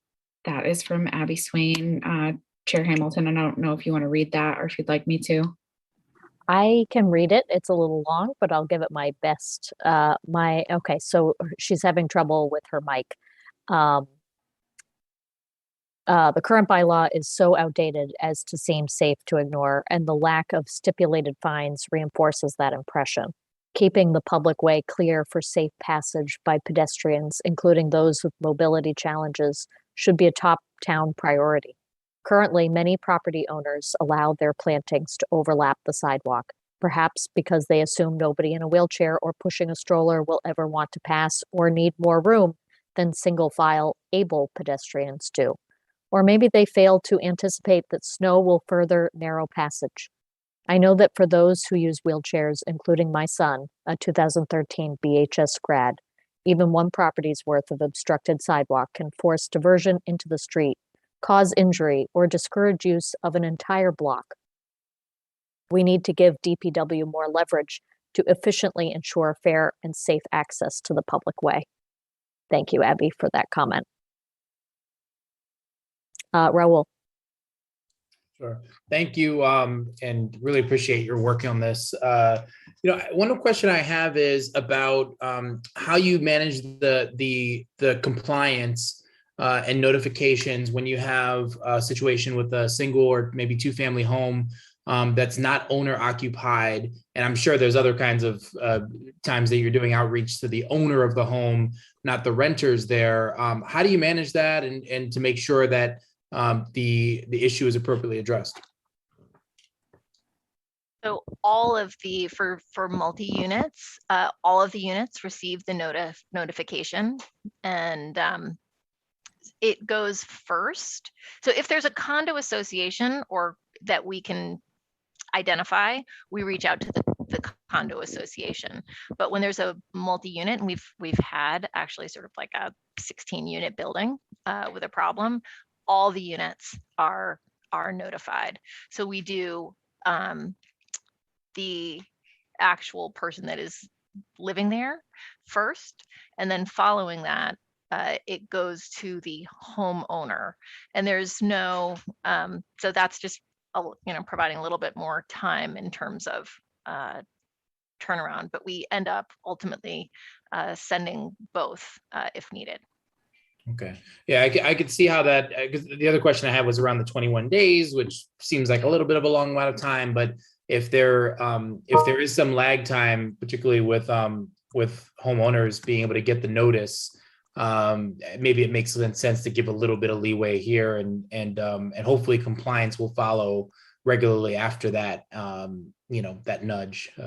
Okay. The other thing I would just say is also, we have our ADA coordinator here, and notwithstanding comments about second cars going into the public way when they're parked, the passage on the public way is a right. It's not a nice thing to have, and I think that's why we're here right now. So I just want to make sure that we're centering that right, even if it might be an inconvenience or something else to others. And I'll stipulate that maybe that is an inconvenience for others, but there's an absolute right for people all of us, those who have mobility issues and those who won't. And by the way, at some point, we should all be lucky enough to live long enough that we'll probably end up having mobility issues in the future. This is for us as well. So I just want to make sure that we put a fine point on that. This is part of our responsibility as a community. It's not a nice to have. Thanks. Great. John, and then Bernard. I just want to say I am so impressed and so grateful for the work Sarah, David, Aaron, and others have done on this issue. And I do have a question as to situations where if it should come to pass that we cannot get compliance, does the town have the right to simply go, trim the hedge on our own say-so to clear the way for the public on the sidewalk? So I do know that other communities have done that they have done the work if the property owner refused to do it, or was, and usually it's a case where the property the property owner is not in the area and may not be taking care of the property. So they have done the work, and I can think of this specifically with Lexington, and then they charge the property owner for that work. So it is a recourse that we have. But that's not in the bylaw, right? It is not in the bylaw, nor is it in theirs. Oh, it's not in theirs. No.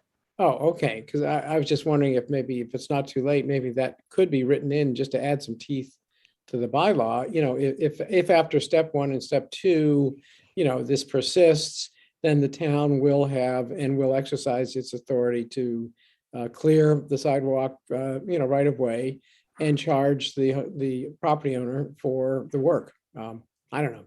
Just thought. Yeah, just a thought. I think that's interesting, and I will speak with town council about whether that could be incorporated into the regulations in terms of the process. Really, the last thing we want to do is be responsible for pruning private property. That crew is currently overburdened. That does pruning for the town on town property, but I suppose in a worst case scenario, making sure that we have the ability to do that would be important. Great. Bernard, and just time check, we have been on this warrant article for 20 minutes and we have 4 others. Okay. I apologize, but it's a very important article with a lot of complexities. One of which is the issue of giving notice to tenants in a multi-family building. That's sort of putting the burden on the tenants to be able to contact the owner and get the owner to act. You don't want, just like you don't want the town to be taking the risk of pruning private property hedges, I'm not sure that you want tenants to take on that risk either. So I guess, the question is, without a solution like John suggested, we really have a problem with respect to landlords who are not responsive or not even present in our jurisdiction. Aaron. I'll just note that we have noticed increased compliance and more expeditious compliance since we went to the notification of the resident and started there instead of starting with the property owner. Good. Well, let's see what town council has to say. I'm not opposed to the idea of building in, making it explicit what the town can do should somebody choose to ignore us. Nice to have options. Any other comments? I will close this particular public hearing and we will consider a vote on this in a following week. Thank you. Thank you very much. So moving on to the next warrant article, home rule quorum, warrant article 11. Bonnie Bastian and Mike Toppel.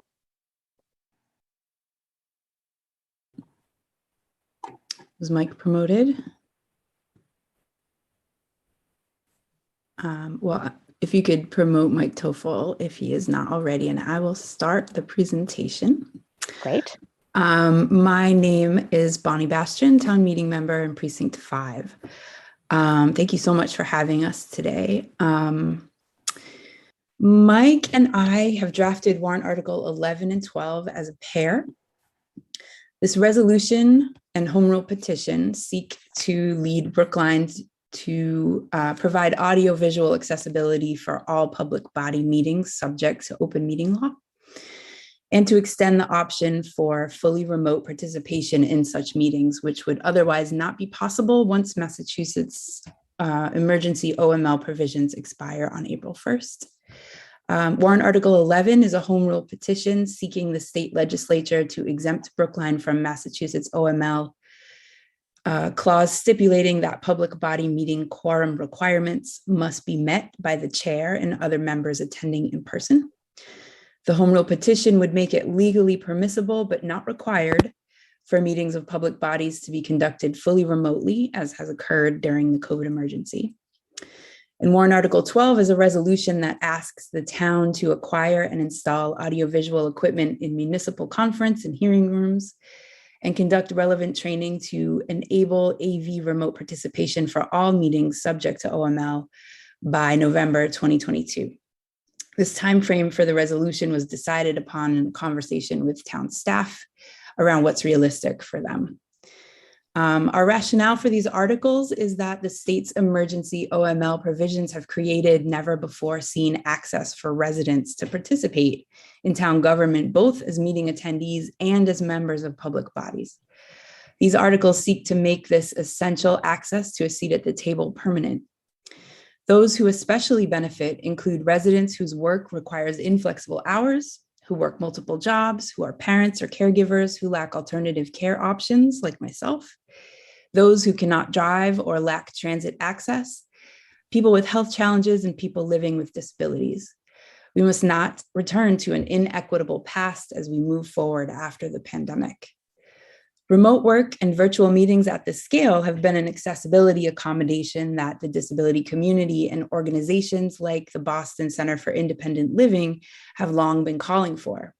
Examples of other accessibility accommodations include sidewalk curb cuts, elevators, and video closed captioning. The pre-COVID OML explicitly carves out an exception for local commissions on disability, recognizing the importance of remote participation to certain subsets of the community.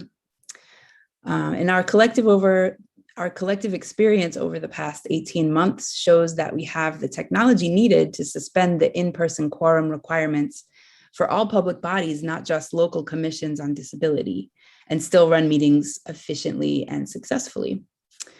We expect that public bodies would use their discretion of whether to meet in a hybrid or fully remote manner by making decisions on a case-by-case basis, based on the needs of their members and attendees and the meeting's agenda items. Ensuring all residents are fully able to access and participate in the public sphere, just like municipal requirements to provide curb cuts, elevators, and closed captioning, requires investment. Ensuring remote access to public meetings is no different. Fully remote meetings are fairly straightforward. Extending the option of holding remote-only meetings requires the purchase of an adequate number of additional Zoom accounts to support that option. In contrast, enabling hybrid meetings requires investment in cameras, monitors, laptops, and projectors. Those public bodies that currently benefit from staff support could have those existing staff members activate and deactivate the technology, incurring virtually no added additional staff costs beyond a few hours of initial technical training. For those public bodies that do not have staff support, town staff or others would need to create video training sessions for a member or a volunteer to activate and deactivate the technology. In addition to part-time IT staff would be needed to provide on-call technical support if problems arise in person. And we have some cost estimates for you. If I may share my screen for a moment. Is that possible? Yes. Go. Can you see my slide? Yes. Yes, fantastic. So the select board hearing room has audiovisual equipment already installed, and that is ready to be tested or is currently being tested. And the AV equipment for the 12 municipal conference rooms and the school committee hearing room, the initial cost for that, $160,000, which covers all the equipment and installation and funding staff time in learning how to use it. And then the annual costs for to fund 2 part-time positions for after hours on-call technical support is $70,000. And that is our presentation. Excellent.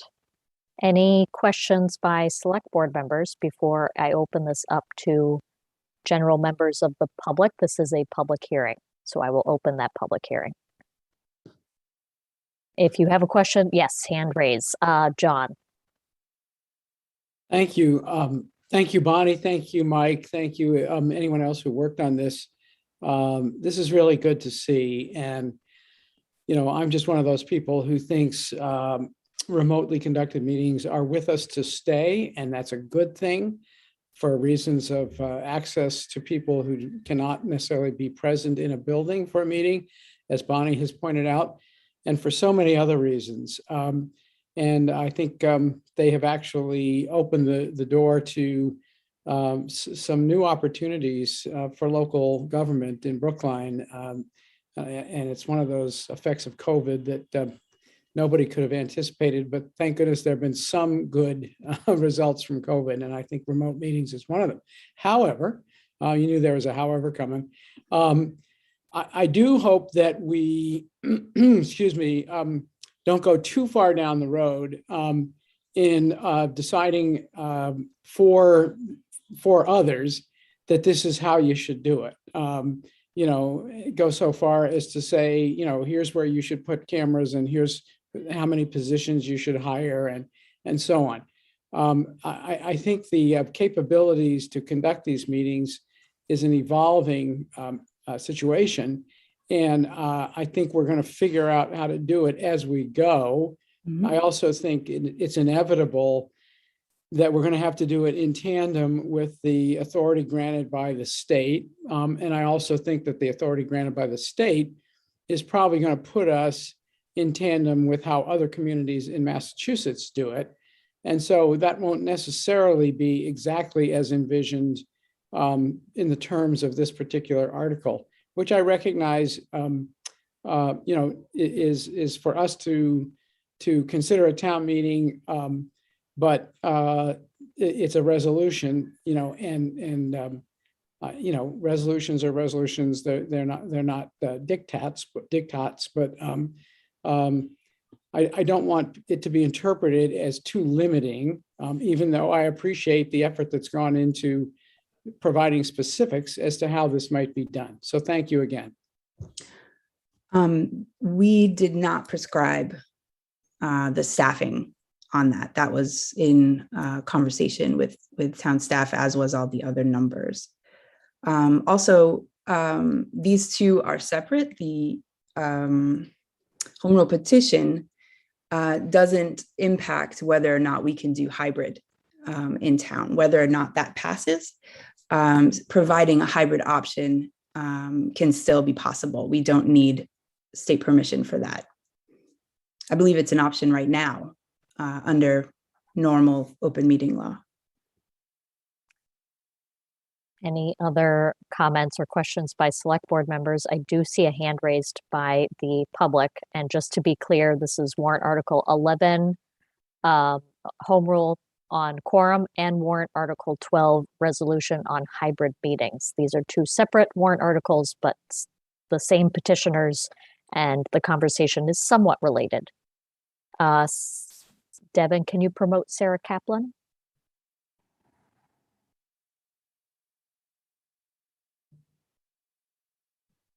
Sarah, you've been promoted to a panelist. You can unmute and your 3 minutes will begin. Hi, I'm just going to speak as the town's ADA coordinator for a second. Open meeting law currently, at least my understanding, still requires that a in-person quorum, this is pre-COVID or if COVID didn't exist, would still require that an in-person quorum be met in order for a member to request virtual access. That's and correct. I spent a lot of time with the Commission on Disability members, and I know that in general, they are concerned about what's going to happen post-COVID, like when the COVID emergency is lifted and we go back to possibly forcing people to come in person for lots of reasons.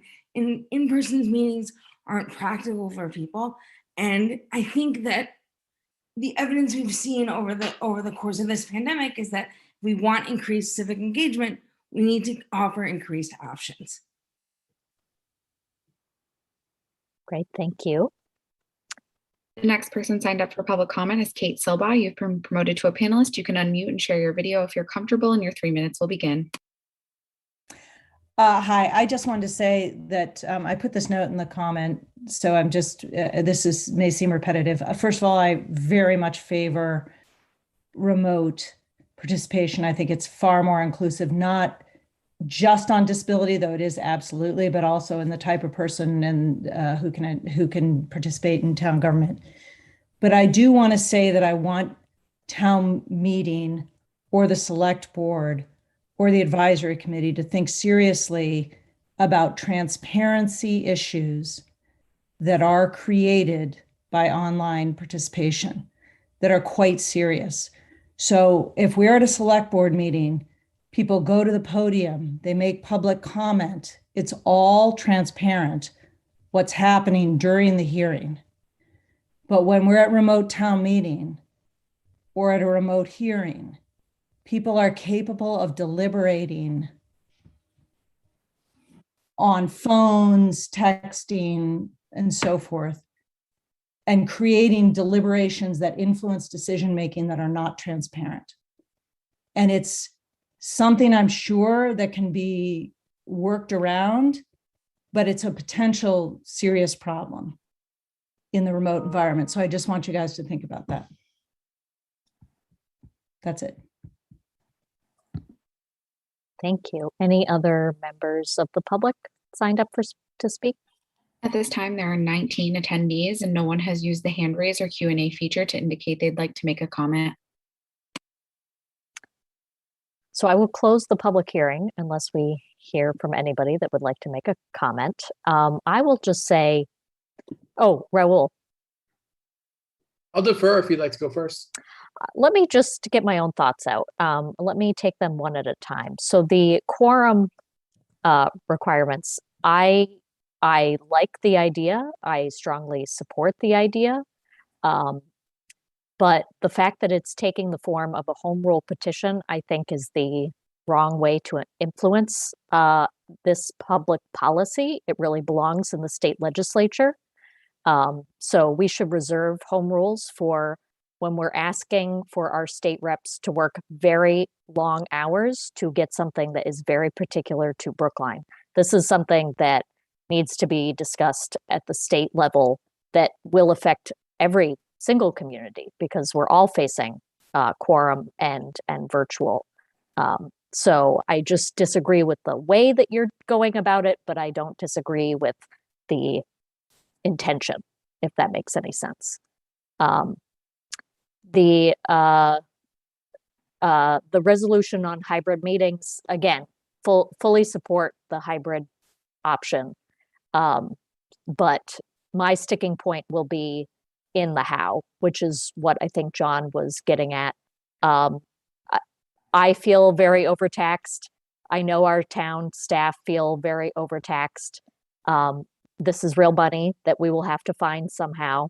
And I do worry that if we do pass this, there will be an expectation that this is going to happen very, very soon, and that is not very likely. The training will take a lot longer than we anticipate, and we have tons of boards and committees that are not staff supported and are run by volunteers. And it's a lot just to get somebody to be chair, to take notes, to post meeting minutes. We can't even get them to post their meeting minutes in a timely fashion on the website. So now asking somebody who's probably over a certain age to learn how to operate sophisticated equipment, I think will actually deter some people from participating on our boards and commissions.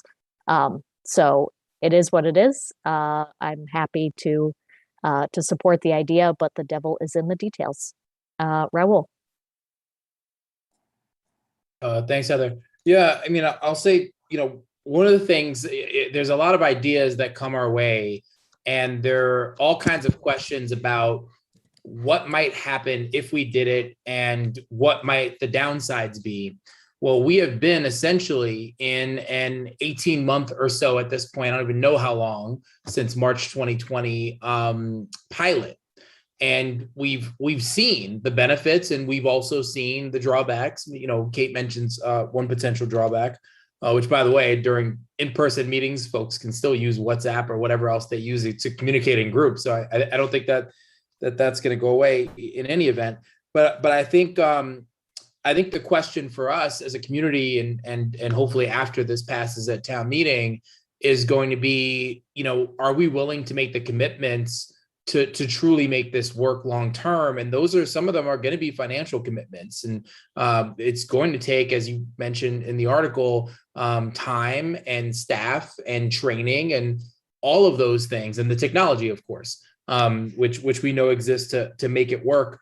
You know, I think the most difficult to figure out is going to be the hybrid, because that one we haven't experimented with as much. We've either been all in person or all remote for the most part.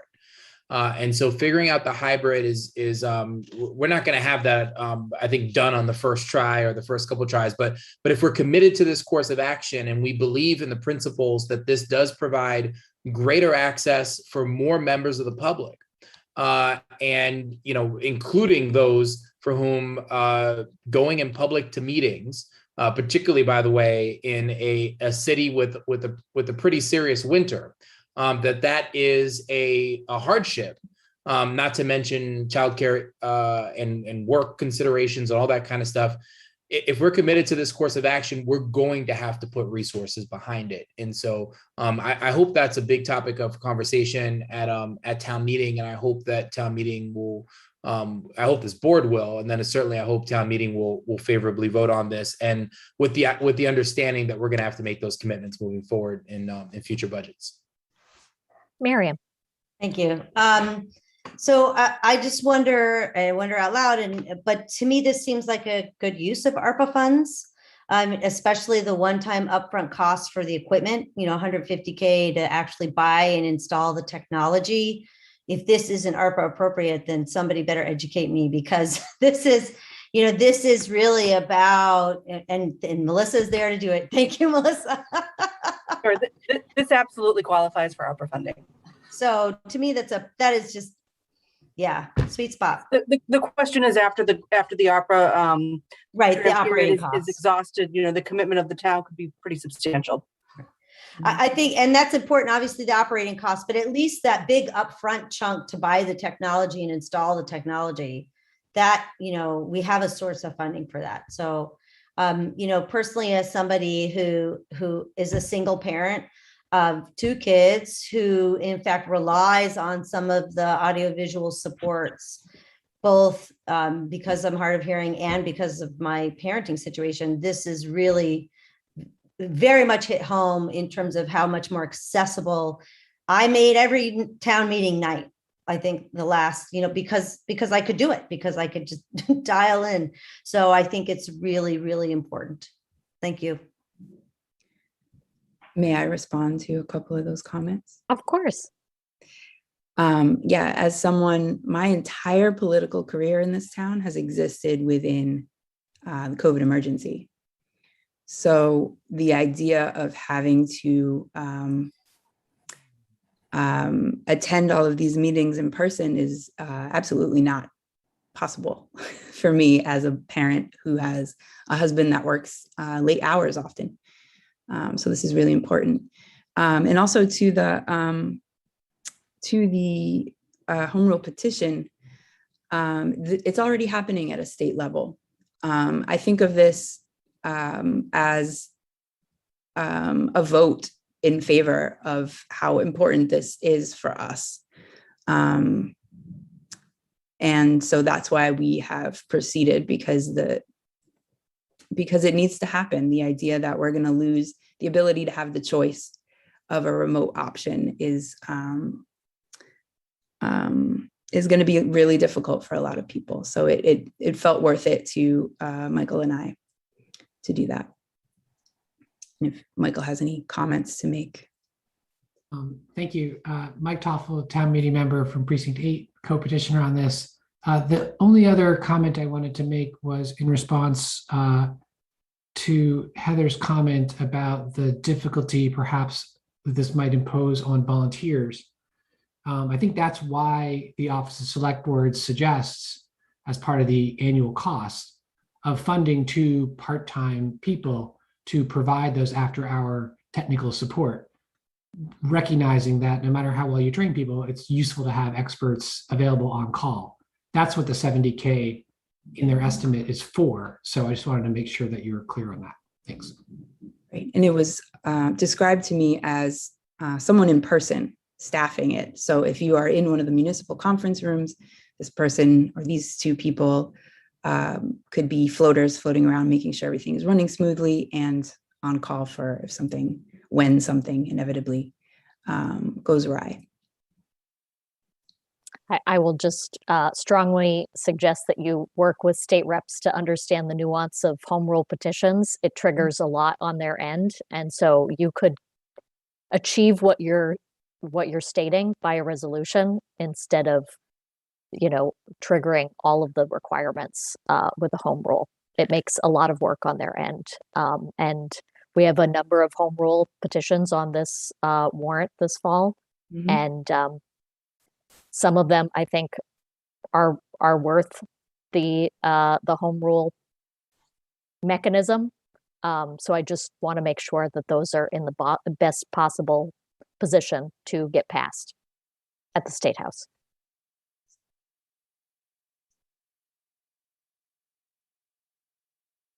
Okay, if I can make one final comment. I'm just noticing, I'm glad Melissa's with us, the version of Article 12 that was in the original warrant, there was an oversight, I think you call it a Scribner's error or something. I don't know, I've only heard that in town hall.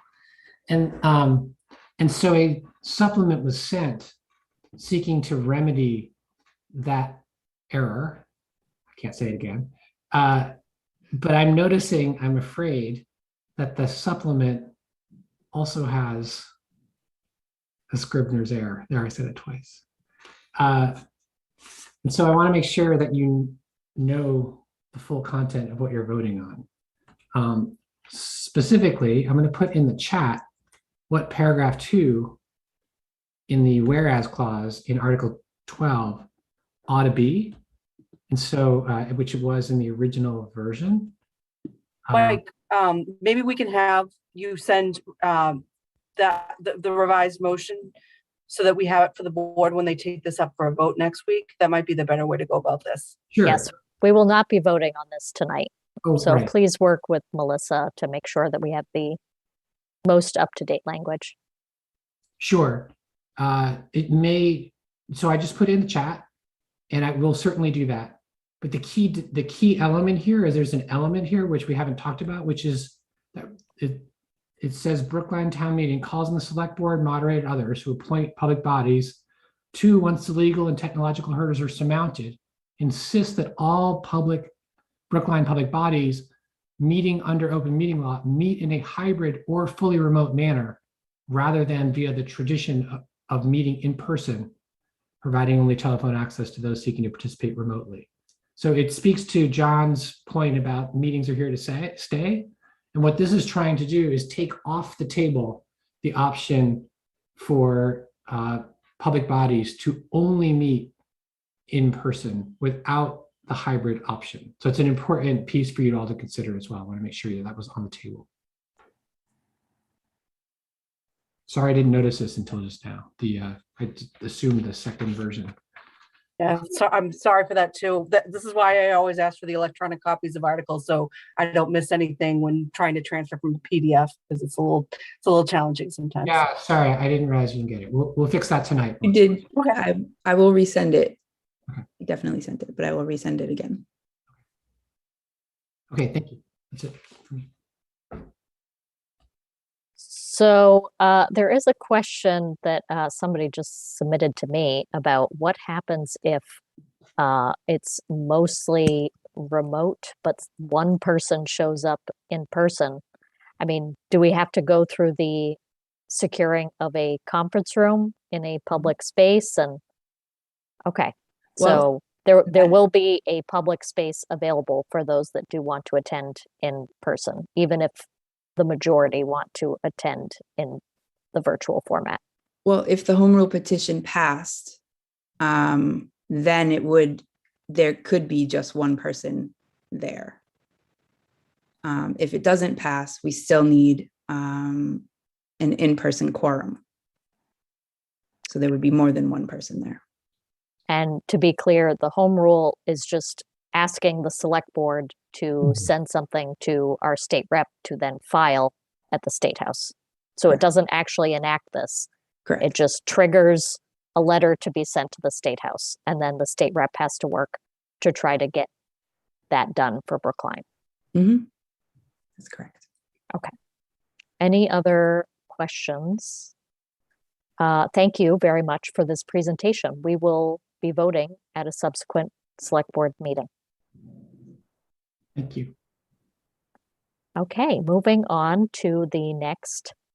Mike, you're on roll call votes. Thank you for having me in consecutive order, Melissa. I appreciate that. Yeah, this one's easy, I think. Pretty straightforward, zero cost. This article, Article 13, simply amends the bylaws to require that all votes taken by all public bodies in open meetings be recorded as in a roll call manner on the minutes. So the idea is it's a public open meeting anyway. Let's not require people to have to actually turn up to be at the meeting or watch it on video in order to know who voted in what manner. It may seem so obvious to you since this is what the select board does. This is what the school committee does, but it's not done by all bodies, and this would require it to be done by all bodies. So it's simple transparency and accountability measure. Seems like low-hanging fruit to me. I was surprised we didn't have this in our bylaws, but we don't, and the practices is not widespread. So it's attempting to get everyone to basically do what you guys do already. So is this for all boards and commissions or just the AC? No, it's for everyone. So it amends the bylaw in 3 places. It amends it for town meeting committees. So that would be, for example, moderator committees. It amends it for CTO&S, and it amends it for all appointed public bodies, which is basically all the bodies that you guys appoint, for example. So this is a public hearing for those members of the public that will want to be heard. Please raise your hand using the Q&A function. But before we take public comment, any questions by the board? I have one question. If I don't see a member raise their hand. So we have a deadline for the combined reports. And let's say that a whole bunch of boards and committees don't submit in time. What is our recourse? Do we publish what we have at the time? So the good news is the warrant article, one of the warrant articles that I co-sponsored at last town meeting already requires in the combined reports, anything where there's a recommendation, it has to have a roll call vote associated with it.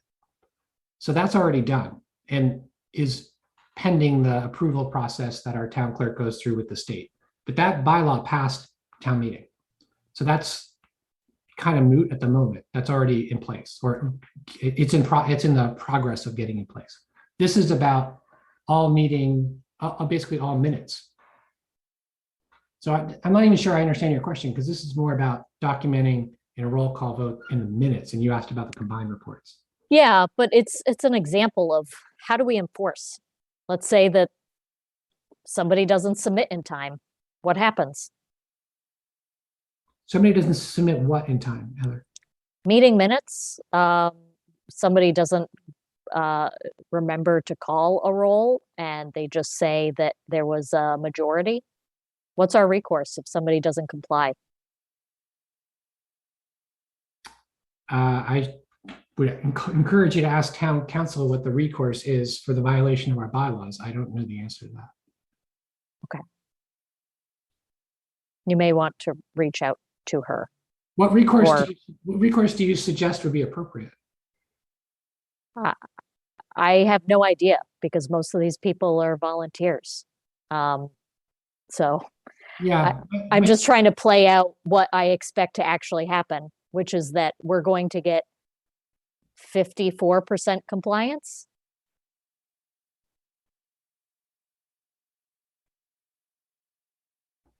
Bernard.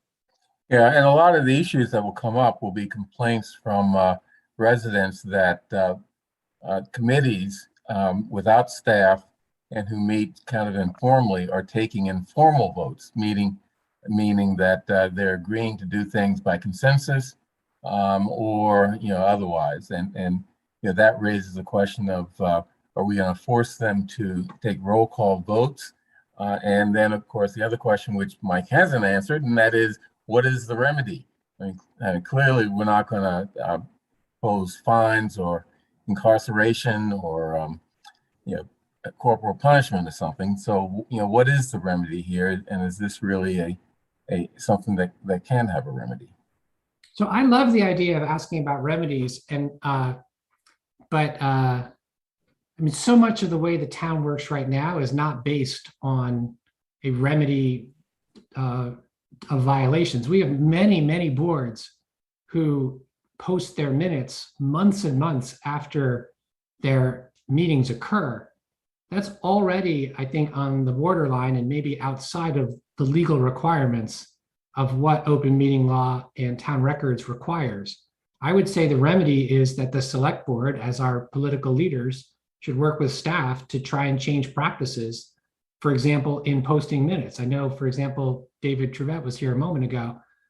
The Pedestrian Advisory Board is months and months behind in posting minutes. That's a fundamental right to public information that's right now is not happening in town hall. And that I would say the select board should be addressing immediately. So here it is, we're just asking to enhance those minutes by having roll call votes so that we can see who voted for what, and you don't have to show up. Seems to me like fairly trivial amount of work. And right now we're getting good practice in doing roll call votes because that's what in the emergency situation is required by law. So everyone right now is getting a lot of training on how to do roll call votes. This would just be locking that in, saying even when we get back in person or hybrid, and when the emergency is over, if we stay on remote if we're able to, continue that good governance transparency practice. So John has his hand up, and then we will take the members of the public who have raised their hands.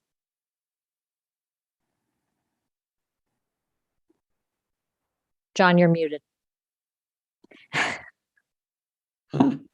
Yuck. Thank you, Heather. Thank you, Mike.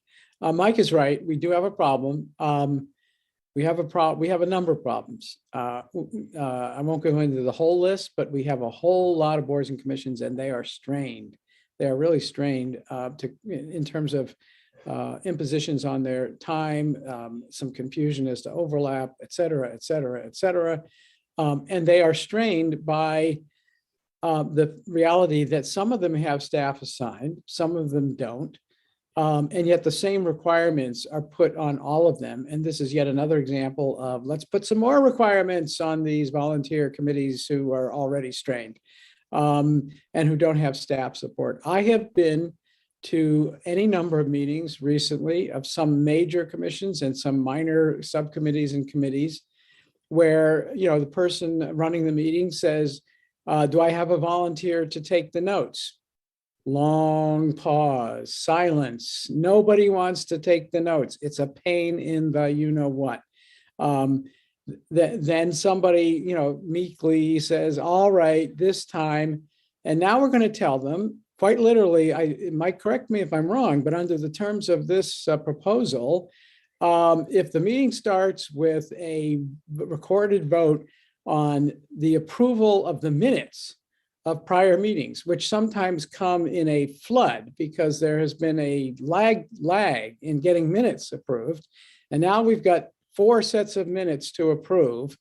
And now we have to record a roll call vote, and it has to show up in the next minutes as to the approval of the minutes, which is usually routine. And so, you know, you go down the list and it's this person voted yes, this person voted yes, and all of that's got to be in the next minutes. And then, you know, I mean, it's endless. It's endless. And I think we got to be careful about over prescribing how things get done. You know, generally speaking, roll call votes on important matters before committees, good idea, take them. Any committee I'm on, especially the one committee that I chair, that's what we do. But let's not make it so onerous that for no purpose. I mean, you know, to require a roll call vote on approval of the previous session's minutes, that just seems crazy.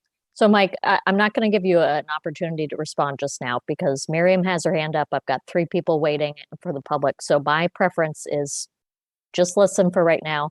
Miriam first, and then we'll please promote Regina Frawley, and then I'll take Neil and David Trevette. Thank you. So I support this. I think, in fact, it is a good governance and transparency. And I just don't think it's onerous as it's being made out to be. And one of the things I would recommend, if there's nobody willing to take notes, there's this wonderful free program called Otter that my team uses pretty much every day at work so that nobody has to take notes. And you just have to get everybody to agree. They're going to be recorded on Otter, and Otter does the transcript for you. It does need somebody to read through it. I think that it's not terribly difficult to do. I just think there are ways to solve these issues. And I think these are, in fact, exactly good governance and transparency issues. I think people can't make all the meetings. I think the public should have access to them. I think we should know who's voting for what. I don't quite get the roadblock here. So I just want to say that I just think there are easy solutions to make this completely doable, and I'm in full support. Great. Regina Frawley, if you want to speak, you've got about 3 minutes. Thank you. Regina Frawley, town meeting member from 16.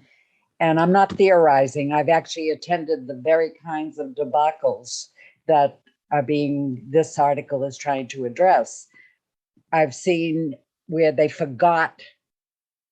chair forgot to take a vote and then declined to recall the committee to make an official recommendation by a vote. And there was nothing town council felt she could do. I've seen it in person. So it's a problem.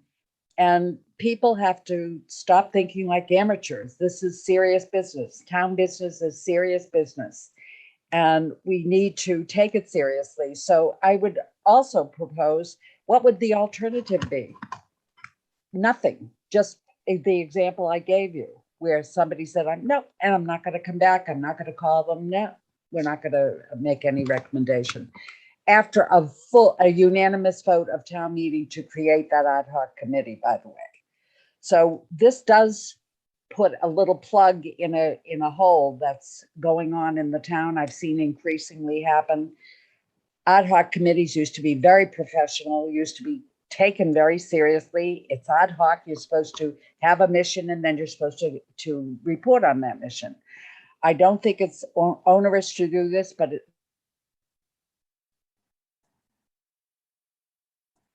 Regina? And every chair and every member of every committee should be getting the instructions and what's expected of them. And then when they interview for these positions, you should be demanding that they respond to these criteria. It's not a long list of criteria. I think Mike Toffel will tell you it sounded like it's only a few things that must be done, but people should agree to it and take it very seriously. It's not a cafe clutch or a social engagement. It's serious business of the town of Brookline. So I will be supporting this. Thank you. Thank you. Neil Gordon? Yeah, I'm going to resist saying that I think I can hear the sky falling. Mike Toffel and I were co-petitioners on the Warrant article that extended recorded voting to the advisory committee, something that the advisory committee resisted for 2 decades. Now we do it. I think the advisory committee may be the largest committee in town. We have 30 members. We have 28 or more attending. This is the world's greatest non-issue for the advisory committee. The chair has a spreadsheet. He calls the roll. and so be it. There are lots and lots of boards, committees, and commissions that are 3 and 5 and 7 or so. This is just not onerous. And in terms of enforcement and compliance, nobody's talking about or considering fining. Go to the back of the bylaws. Every violation is $100. Nobody's talking about that. The overwhelming majority of boards, committees, and commissions in this town are appointed by this select board. You're the appointing authority. If your boards, committees, and commissions can't follow this simple rule and be reminded if they don't comply, and if they don't comply after they're reminded, as I said, you're the appointing authority. This isn't hard. I support this warrant article. Do I need the recorded vote of every committee? Would I accept a casual, I don't know whether Mike Toffel agrees with this or not, but I accept a casual roll call vote, as in unanimous is unanimous. You know who's at the meeting. That's fine with me. The vote was unanimous. Here are the people at the meeting. The vote's unanimous. That's a roll call vote for purposes of the warrant article. This is just not that complicated, and I think you ought to vote favorable action. Thank you. David Trevette, then I'm going to give Mike Toffel an opportunity to respond because he has been a good listener, and then I will call on John Van Scoyac. Okay, thank you very much. I have really 2 points to make. One, I just want to respond to something that Mike said earlier because he knows differently. He and I have had many discussions over the past year about this whole transparency thing.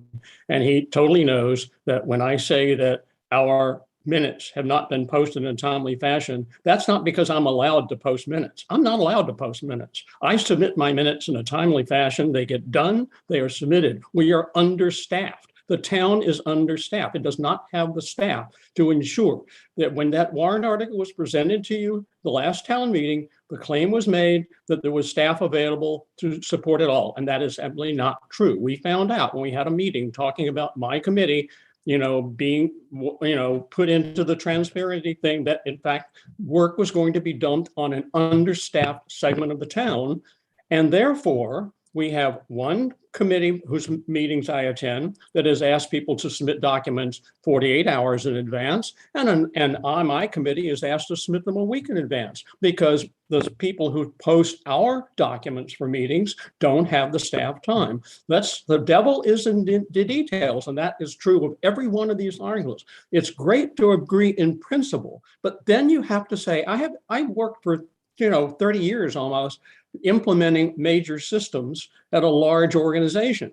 The devil is in the details. You have to say, how is this going to work in practice? What does each step look like? And the town needs to take that time to figure it out. Mike? Thank you, Heather. So, David, I think you might have misinterpreted what I said. I didn't say that you didn't post, you didn't provide the meetings. I said you said my minutes had not been posted, that my committee did not post its minutes. We submitted them for posters in a timely fashion. You mischaracterized it. I will admit that that's what I heard you say, Mike. Okay, I apologize. That's not at all what I meant. What I meant was the minutes are not available online. I wasn't meaning to impugn Mr. Trevette. And the fact is the minutes are not online, and David just agreed with that. I agree, but you also asserted that, I'm sorry, I apologize. Yeah, David, you've had your 3 minutes. Thank you. So the main thing that I wanted to respond to, in addition to appreciating the support of those who supported it, is I wanted to show you the actual language because it says I channeled John's objections in the crafting of this warrant article, and you do have to get to, it's only one page and the same language is repeated 3 times. And I want to just call your attention to the language because when my summary, in my verbal summary, I wasn't as precise as the language is. So and I think that misled folks, including John. Let's look at the paragraph. This is the same paragraph repeated essentially 3 times in this warrant article in just different portions of the bylaw. The key is shall record in the minutes of their meetings a roll call showing the vote of each member for all votes, except when approving minutes or at the discretion of the chair when voting on other administrative matters. So to the extent that you have concerns that this is going to lead to lots of time with minute approving, that is explicitly excluded. And to the extent that you think if you're going to vote on pizza or subs for your snacks, if you're worried about that being a roll call vote, that at the discretion of the chair would very reasonably be referred to as an administrative matter. So I hope that reading this long one-page article, the devil's in the details here, but that should not be cause for anyone's objection to this. Disagree with it on the merits if you want, but let's at least all have a common understanding of what the facts are and what the actual article says. Thanks. I found that to be very helpful. Thank you, Michael. John. You're muted. Again, there we go again. No, that was helpful. And I just wish I would not have wanted to jump the line on Mike, but if I had jumped the line on him, he would have heard me apologize for misstating what's in the article. I did get misled a little bit by the oral presentation, but I should have checked the language. There is something a little confusing about what we were sent in that it references language to be stricken out is in strikeout, language to be added is in underline. And then I don't know about others, but I didn't find any language that was stricken out. And so I got kind of confused as to which parts were in and which parts were out. But be that as it may, the principle of this, who could argue with it? As much transparency on votes as possible without overburdening people to do things like record votes, roll calls on approvals of minutes, et cetera, et cetera. I guess my only remaining reservation, and I remain open-minded, I could be convinced. This kind of falls into the category of, but does it have to be in a bylaw? Or if we're not happy with the level of transparency and diligence by various boards, commissions, committees, you name it, in recording their votes, let's sit down and talk about it and figure out why. Why do we have this problem that something that should be relatively easy to do isn't being done on a routine basis? Just like, why is it we have this problem that posting of minutes, which should be something relatively easy to do, isn't getting done?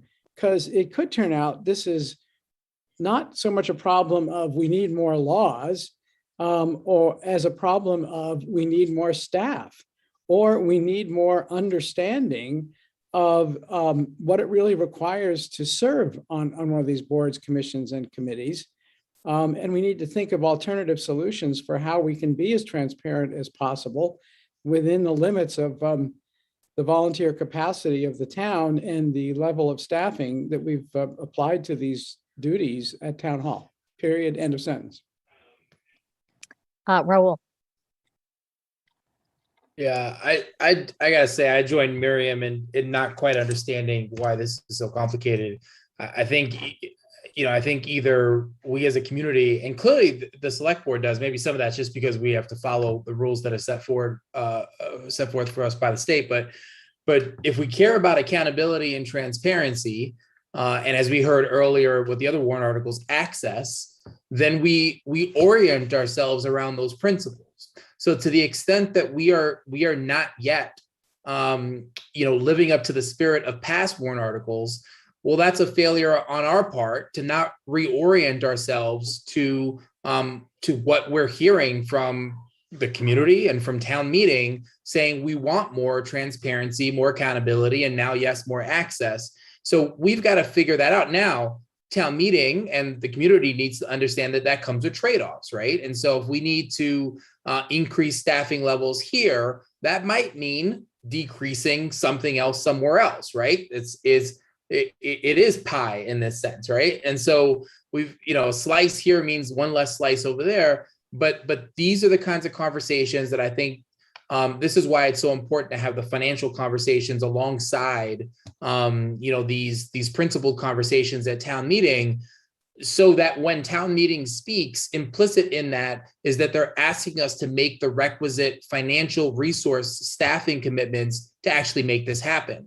And of course, the understanding that that's got to come from somewhere. So I think if, this is an opportunity for town meeting, taking all of those considerations in mind, and by the way, the board too, to think about what it means to live up to the principles of accountability and transparency. And I, for one, support it.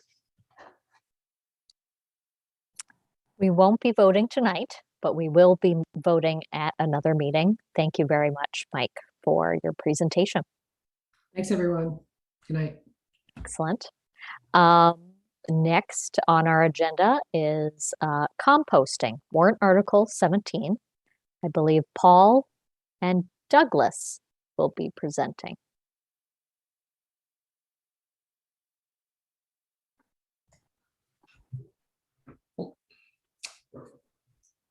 Sorry about that.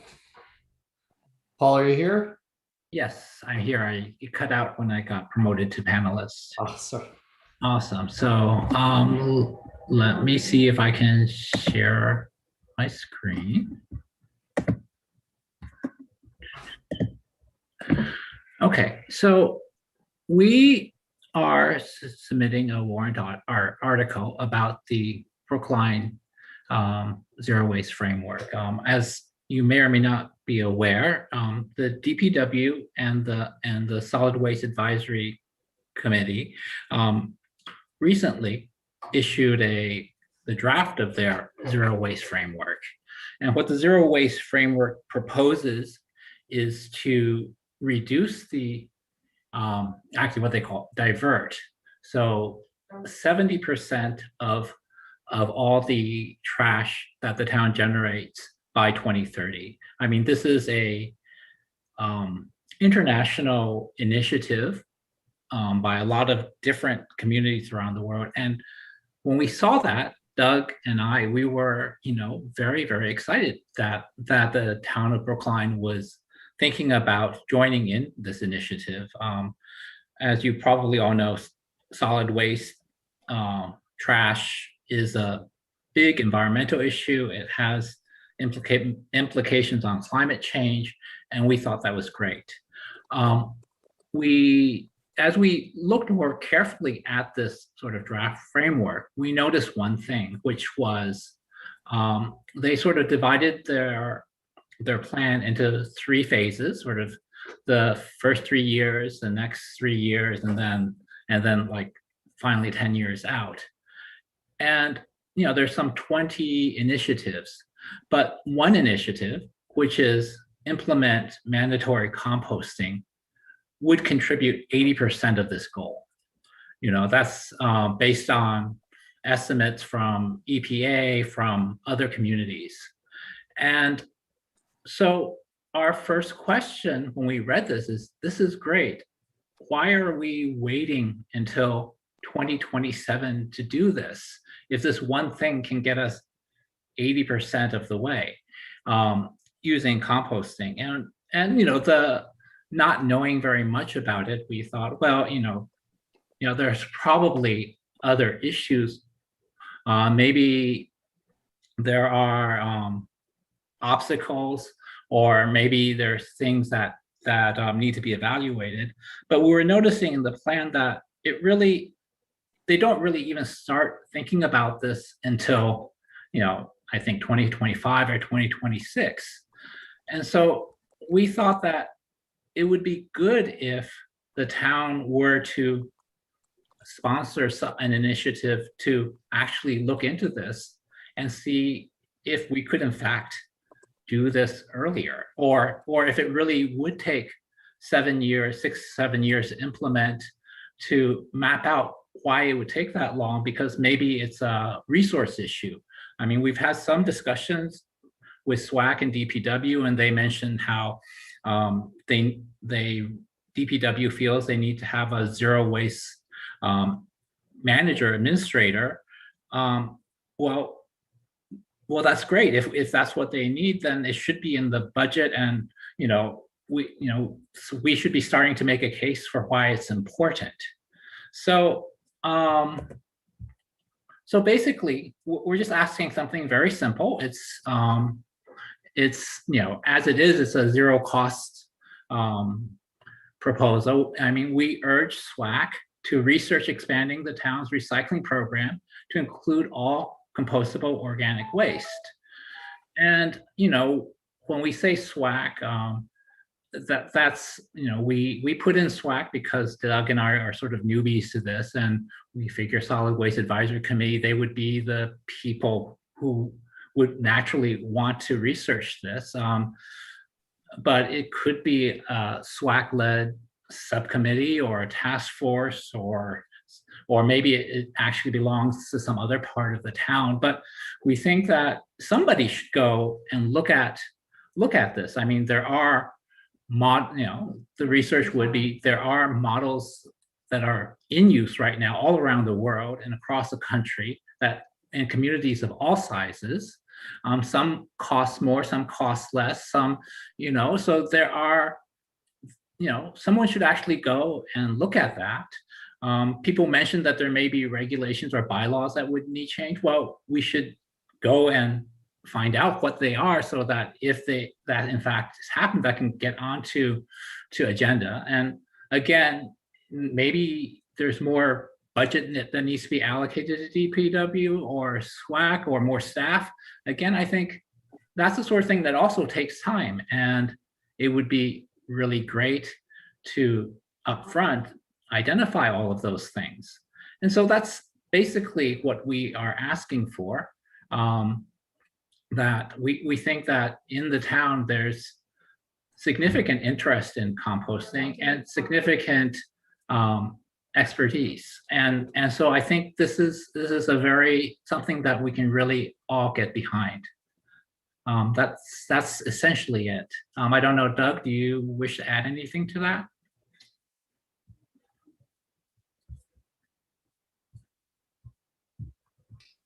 No, I think you've pretty much covered it. Again, it's really just focusing on advancing the timeline for purposes of identifying roadblocks and problems earlier in the process, so that we aren't committing to a framework and then not discovering that the largest part of the goal is going to run into a problem, 6 years from now. It would be, we think better for the community. We think it would be generate more enthusiasm if we could be working towards that large chunk of the goal earlier in the process. We think that would be a better way to generate enthusiasm, to keep up momentum, to keep the town's interest in this particular initiative. So that's why we're asking for what we are asking for. So I'll just jump in and then I'll recognize Miriam, and we do have a couple of hands up. This is a public hearing, so I open the public hearing. Thank you for that presentation, by the way. So from what I gather, you're urging someone else to figure out why we're holding off implementation of a program. Is that, in a nutshell, what this is? I don't think that's entirely accurate. We're not saying that you're holding back, you're avoiding to doing this. I'm just saying that we think our sense of the community is that there is enough interest and there is enough expertise that it could possibly be started sooner rather than later. And we're just saying that it's probably worth convening a panel of people to go and look into that and maybe do some of the preliminary legwork and grunt work, researching all the details of what needs to go into such a program. That's mainly what we're saying. It's a sort of, an exploratory, a mapping type thing, because and to help, help the town on this way, because we think that we may be closer to being able to realize this goal than than the consultants think. Okay, I get that that is what you think. Have you talked to Aaron Galantine, our DPW director, or any member of the wastewater? Yes, yeah. So we just went to a SWAC meeting earlier today, and we've had conversations with Aaron. I think it seems to me that DPW feels that, they told us that this is very high on their priority, that currently they lack the staff and the budget to be, going full bore on this, and that they are working on, say, adding a zero waste coordinator into the next year's budget. And I think, and SWAC was also saying that, the current membership of SWAC, they have the different initiatives they're working on, so they don't have the bandwidth right now to be working on this. But I think it seemed to me that they were open that, if they were given the authority to appoint an addition, a task force or a subcommittee working under their direction, that is a project that at least, among some members, there was interest in picking up. Similarly for DPW, since, I think what we're saying is, since they feel like they don't have the staff or the budget to take on it now for at least a year, this is something where a volunteer committee from the community could step up and at least do some preliminary legwork for them, and also maybe make a stronger case that they, for the type of staffing or budget that they would need going forward. Help them to, help them articulate and present to town meeting, and so the need for whatever sort of organizational changes that they might need. Okay, I'm going to recognize Miriam, and then I will open it up to two members of the public, Regina Frawley and Neil Gordon, who have raised their hands. Thank you. So first I'm going to say I personally compost. And that actually brings me to my question of the role of Black Earth composting. And we talk about public-private partnership, but I imagine that a private, I don't actually know if they're, I was trying to look on their website if they might actually be a not-for-profit, but that they have quite a bit of, they've probably done quite a lot of this research already. And this seems a little bit like a conversation that we should be including them in. But I don't know how that, I don't know, I think what would be useful is I see Aaron, Commissioner Galantine is still in the waiting room. And so it might be helpful to hear her thoughts on this particular warrant article if she's comfortable sharing. I did not see her in the attendees. Is she a panelist? I've just promoted her. Great.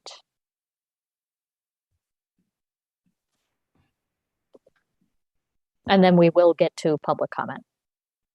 Good evening, and Alexandra Vecchio, I believe, is also on the call. She was at the Solid Waste Advisory Committee meeting earlier. That may be helpful if I say anything that has potentially been discussed or discussed in a different way.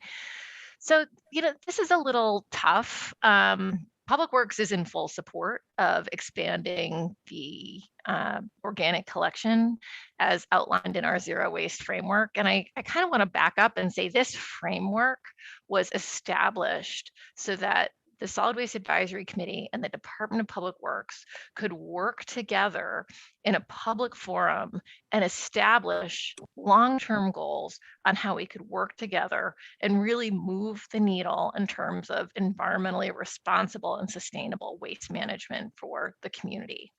And there is a tremendous amount to do.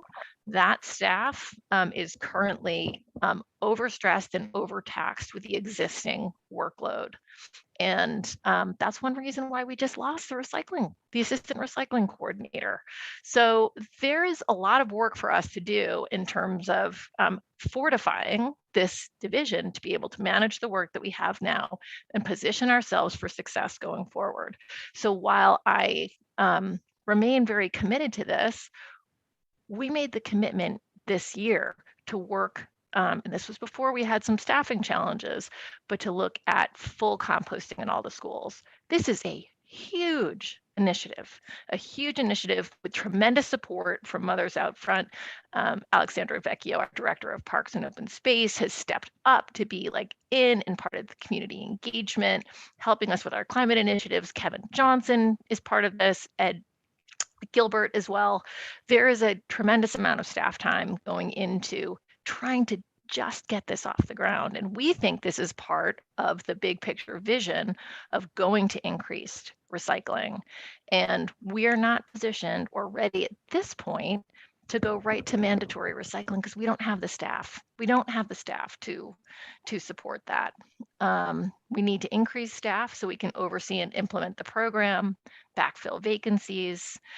We agree that the climate crisis is time sensitive, and that's really why we wanted to have this longer term vision and goal so that we could make the biggest impact possible, but over time and successfully.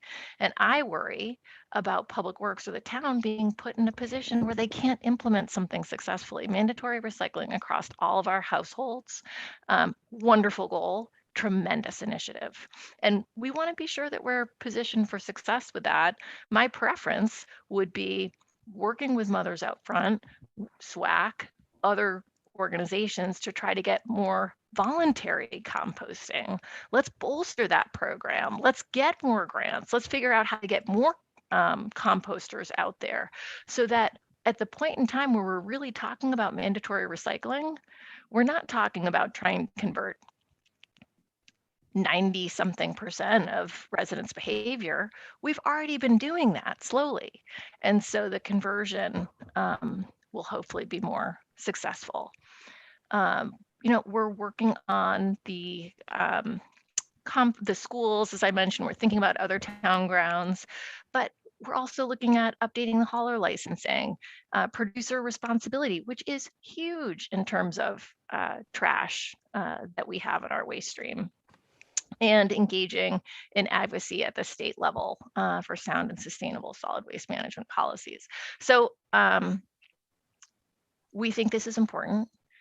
My staff is personally and professionally tremendously committed to this, and frankly helped me sort of frame out and think about how we respond to this warrant article, because we're conflicted, because while we really support the end goal and getting there and ultimately being in the position to have mandatory composting, we're not there. And in essence, this warrant article is taking our work, working with SWAC to develop a plan and saying, thank you for that goal that's in the middle of your projection. And we're going to bring that to the front, and then you can kind of figure out how everything else lands.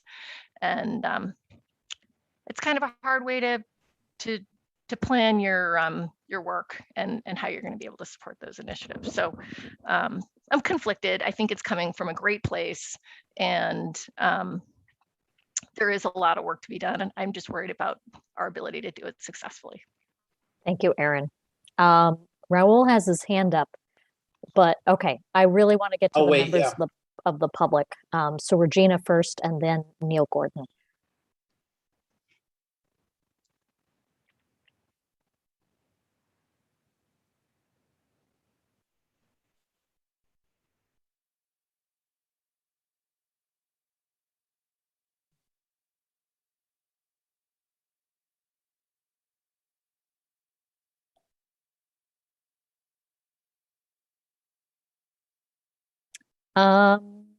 Regina just got promoted.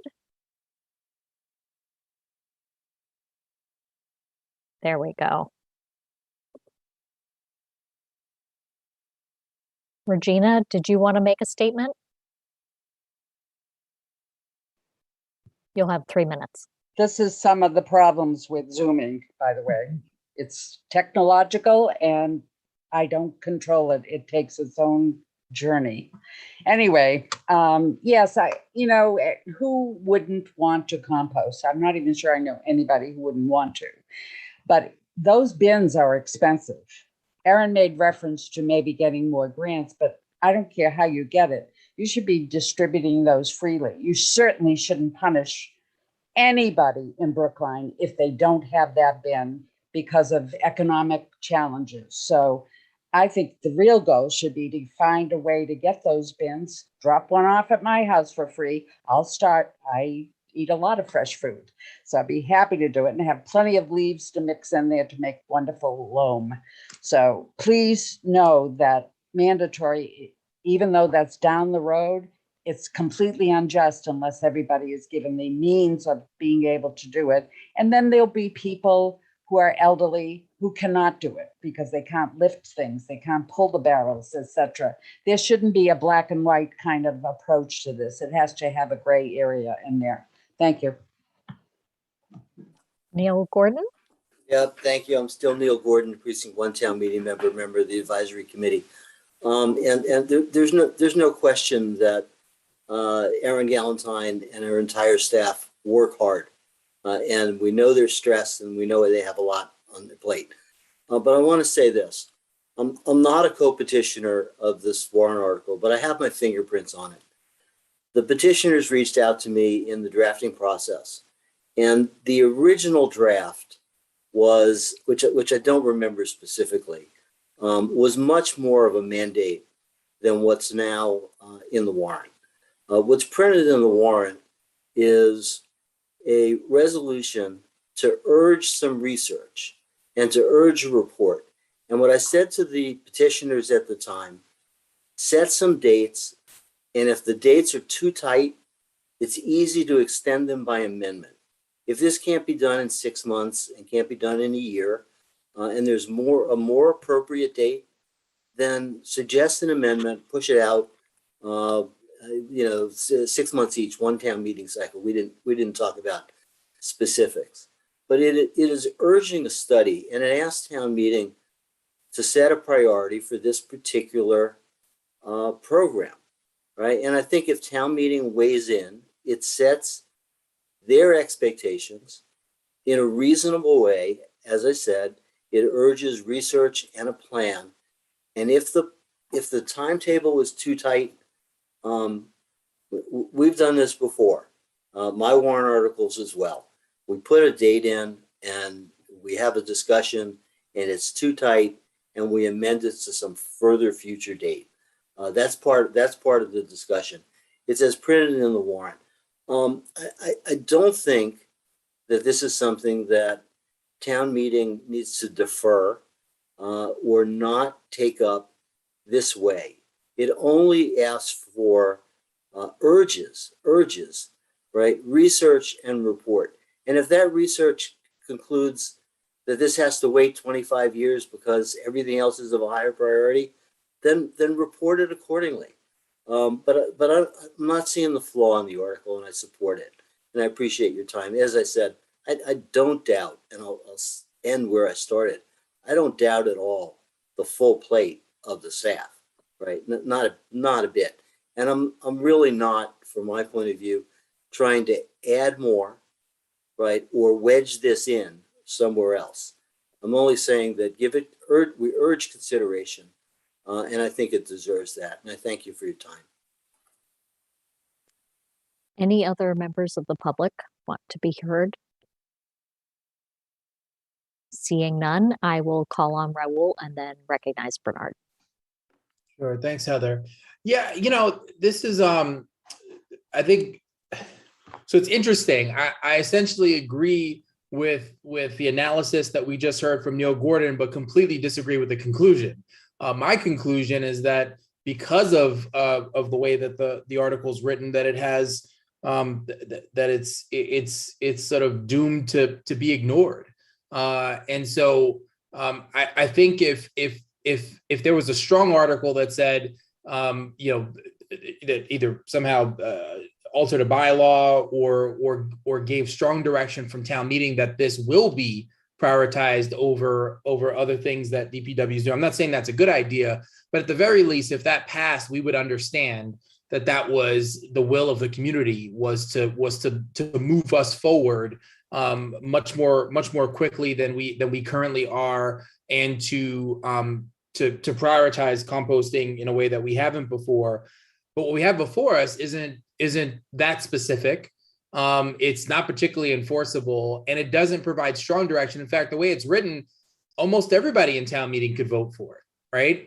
Because who wants to vote against composting, right? I think everybody here has everybody that's spoken has said, I think, that they're in favor of composting, me included. So I think that's the issue there, is that even if this passes town meeting, I don't think it'll be viewed as a strong endorsement of DPW, the department, committing significant resources to change its approach or prioritization on this. So I guess my question for the petitioners, and you don't have to answer right now, but maybe it's something you can think about. If you feel like you want to now, that's fine. But I get that the goal here is to urge DPW, SWAC, others to move this forward much more urgently. And I'm wondering if there are any commitments that either of those entities could make to you now, or between now and the whatever date we end up hearing this warrant article, that would convince you that that they're essentially in alignment with your goals, and we wouldn't need to actually have this, what I think is not going to be a particularly meaningful debate at town meeting. So I don't know if you want to respond to that now or just think about it, but it's up to you. Yeah, yes, Raul, actually, I would like to respond. I think you really hit the nail on the head. Yeah, everyone supports composting, but then as I think I heard from the Warrant Article 12 discussion, the devil is always in the details.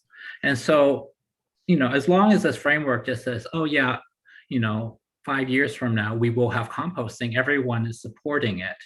And what we're really calling for is, we're hoping that we will, that the town would be able to appoint a group to make concrete, substantive proposals on what that means.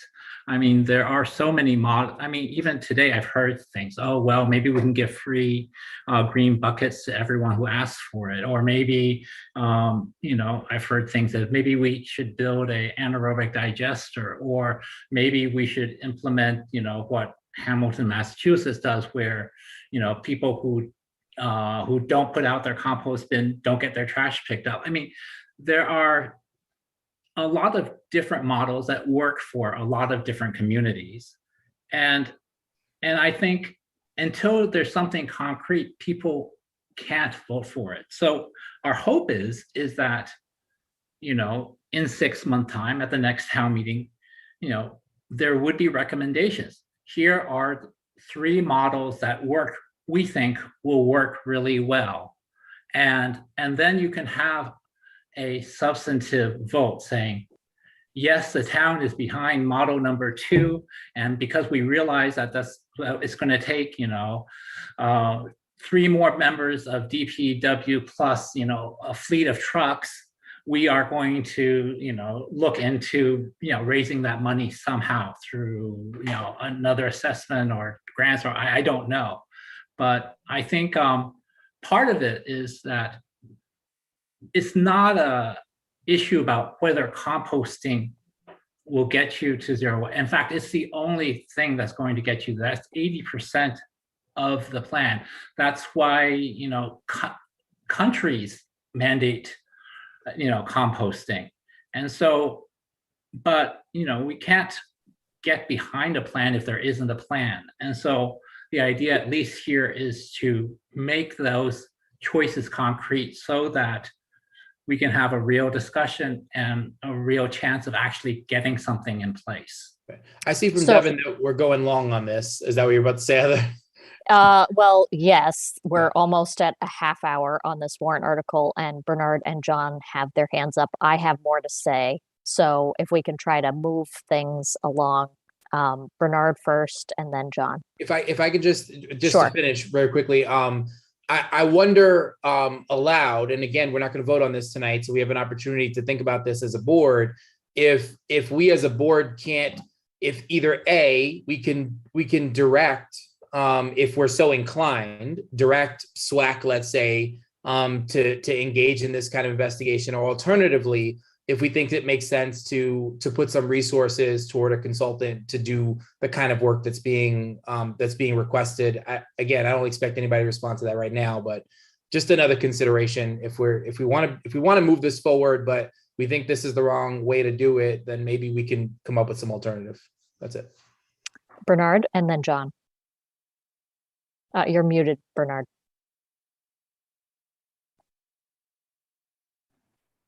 Okay, real quick, I did have a statement, but I'm going to shorten it to the following. I love composting. The other thing is an observation. A recurring theme seems to run through all of our meetings, and that is we don't have enough staff to do A, B, C, D, whatever. And we try to deal with it on an ad hoc basis. Well, we should propose that this program be staffed up.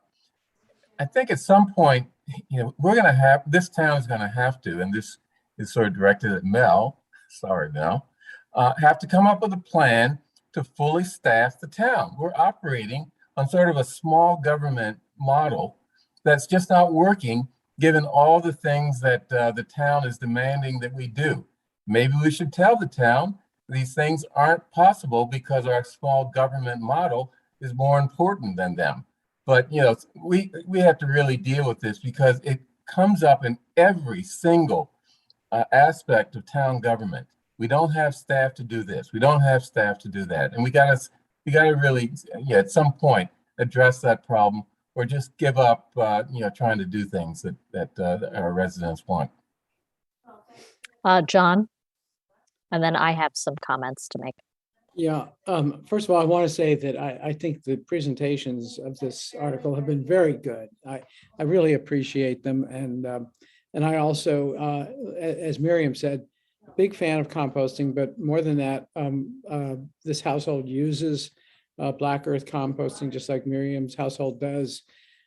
They, so far in my experience, amazing company.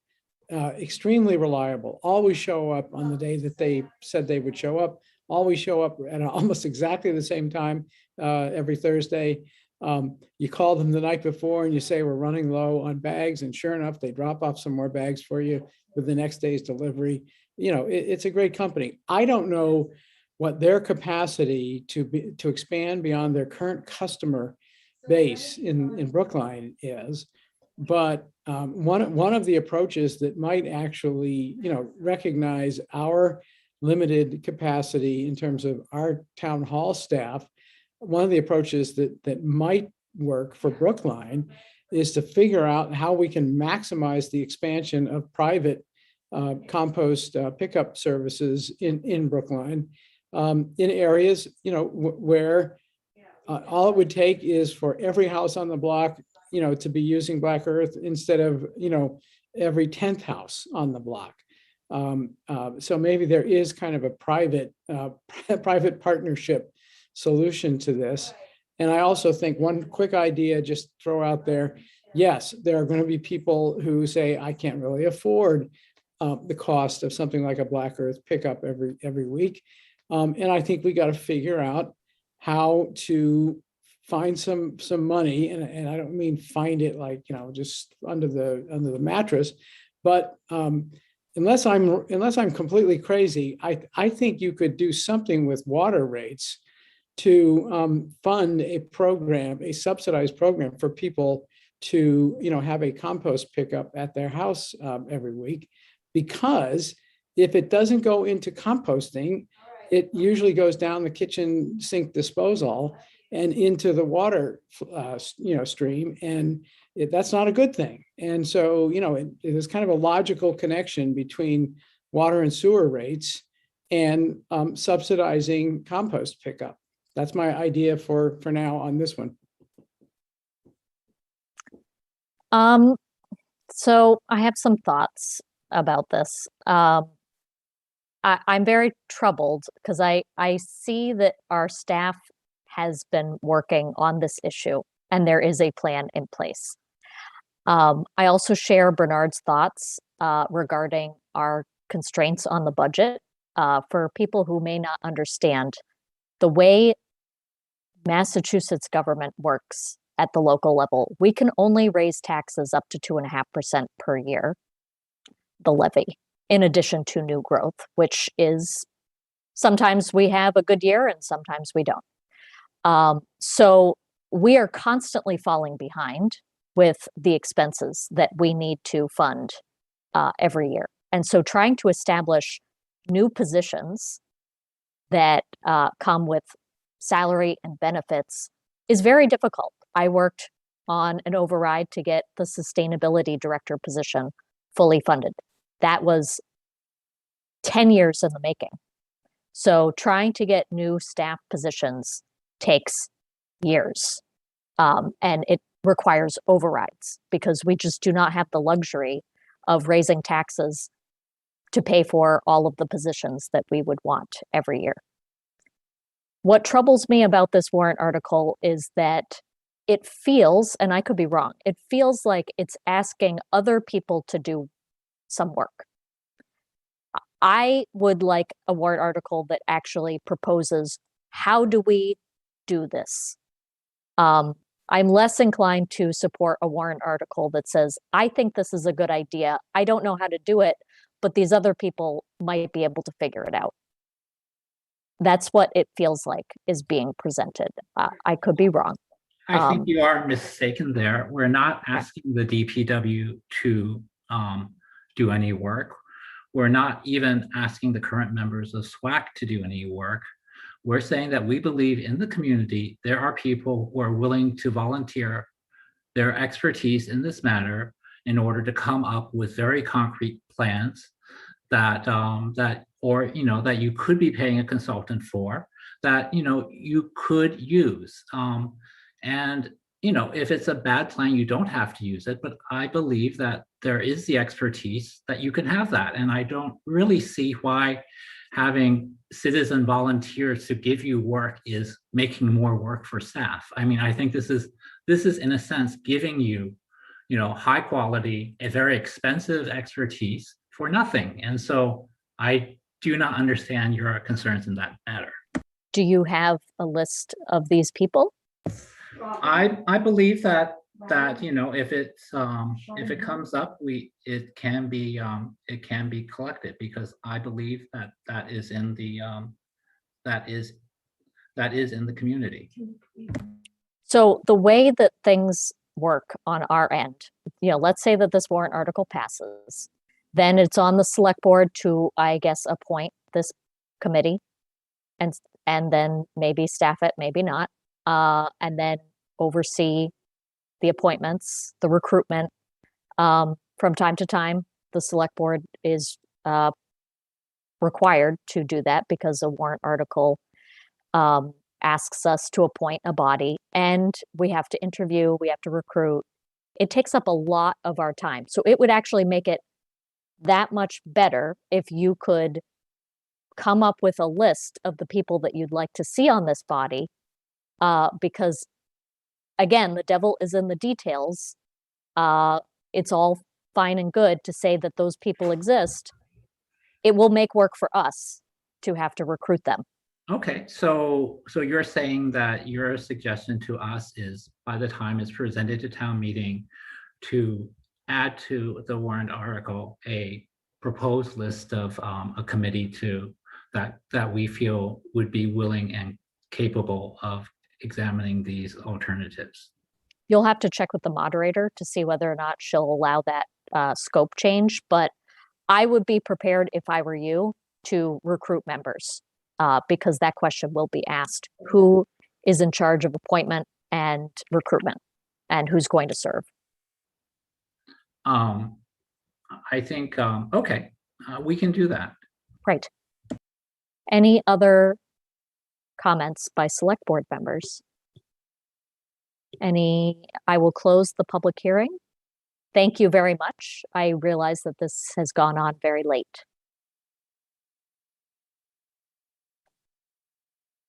Okay, we're down to our last warrant article. We will vote on this at another meeting. Low carbon concrete, warrant article 18. Ira, if you want to present. Yep. I'm not sure why my picture's not there, but not much to look at. Okay, hi everybody. My name is Ira Krepchen. I'm a town meeting member in precinct 15. And the article that I'm introducing is a resolution that calls on the town to encourage the use of low carbon concrete whenever possible in municipal and construction projects. The purpose is to help achieve the town's goals of reducing our carbon footprint and to do it with the urgency demanded by the acknowledged climate emergency. The town has already done groundbreaking work to acquire fossil fuel-free construction and set up municipal aggregation to encourage the use of renewable energy. The greenhouse gas savings from many of these efforts are mostly what's known as operational carbon. That is energy saved through measures like running more efficient lighting and air conditioning. And these savings add up over time and can become quite significant. And now it's time to deal with embodied carbon. That is the greenhouse gas emissions associated with materials and construction processes throughout the life cycle of a building or infrastructure. A recent analysis estimates that roughly 25% of cumulative emissions between 2016 and 2050 will result from this embedded carbon.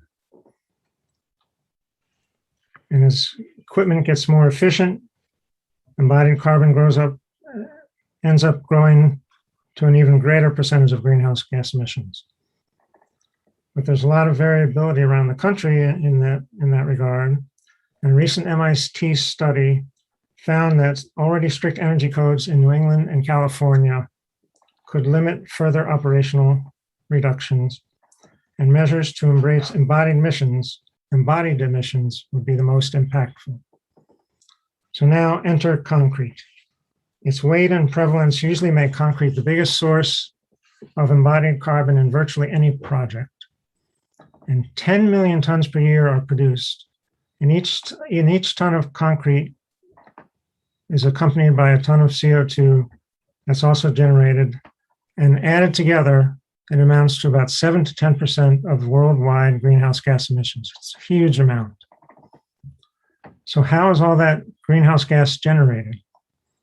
Concrete consists of cement, sand and gravel, and water, along with some additives that determine the properties of the finished product. Cement is the major culprit in creating greenhouse gases. It makes up only about 15% or thereabouts of the mass of concrete, but accounts for 90% of the carbon. 40% of that comes from the fossil fuel that powers the kiln that heats the contents up to 2,000 degrees or more and emits lots of CO2, like any combustion process. Another 50% comes from the gas, that's the chemical reaction that takes place in the kiln between the contents and the heat. And then another 10% comes from mining and transporting of the concrete. So how do you deal with that? There's actually a number of ways to reduce carbon concrete. The most common approach is to reduce the amount of cement and replace it with alternate materials. And these can be things like fly ash from a coal plant, or recycled glass is kind of a new development. And these can be substituted for cement, and they don't necessarily cost more, and often make the concrete more durable and easy to work with, but in some cases may make the concrete slower to cure. Suppliers can also take measures like using lower carbon fuels to power their kilns and decarbonizing their concrete transport infrastructure. So there's a couple of examples I'd like to cite that have relevance to Brookline. The first is a project in 2020 in Portland, Oregon, where they completed a sidewalk ramp project which featured a side-by-side comparison of conventional and low carbon concrete.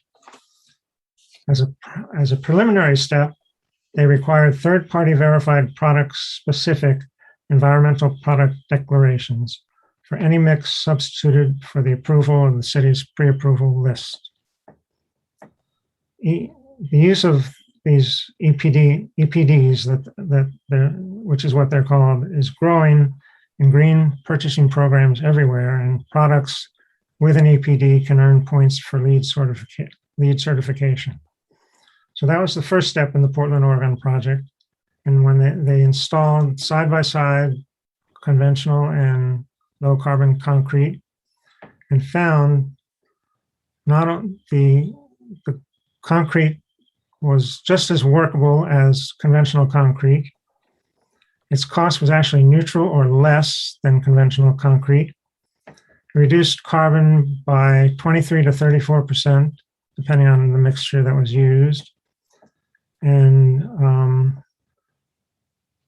was overall satisfactory to visual inspection. There was no obvious deficiencies after 6 months of installment.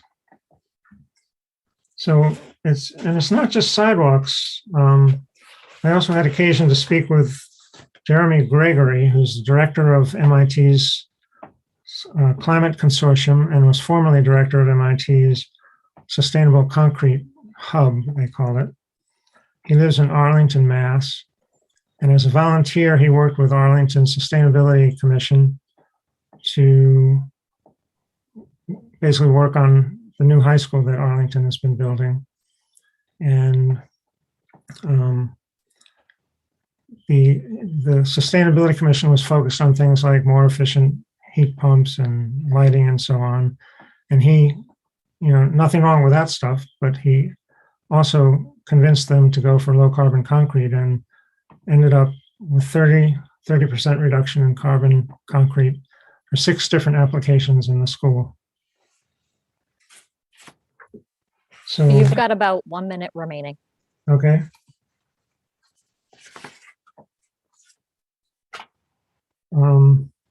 Basically, Brookline would be one of several jurisdictions around the country addressing low carbon concrete in this manner, including New York, New Jersey, and Oregon. And even in California, Marin County, California actually developed a program and created some sample templates that other cities and towns can use if they want to develop a similar program. But I don't know of other towns in Massachusetts doing anything similar. And I checked with Representative Vitolo, and there seems to be no statewide initiatives as well. So we would be on the cutting edge, I think, if we did something like this. So summing up, the resolution asked for at least 10% reduction, which I think is probably a conservative estimate, but a good place to start. And my hope is that by adopting this resolution, we can not only make a difference in Brookline, but spread the word far more widely abroad and encourage this kind of measure elsewhere as well. Thank you. And any questions? So this is a public hearing. Any members of the public can raise their hand, and we will get to you in a minute. Raul Fernandez has his hand up. Thanks, Heather. I think this is another, Erin, tell us what you think. Commissioner Galantine, let us know what you think about this.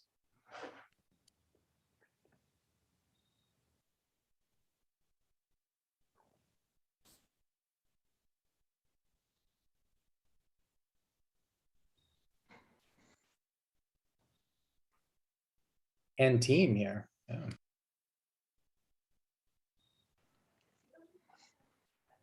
So Erin, do you want to initially talk about your thoughts? Oh, or do you sure. wanna... I'm sorry. I think I lost sound for a moment during the promotion. While it was coming forward. So yes, first I want to thank the petitioner for filing this warrant article.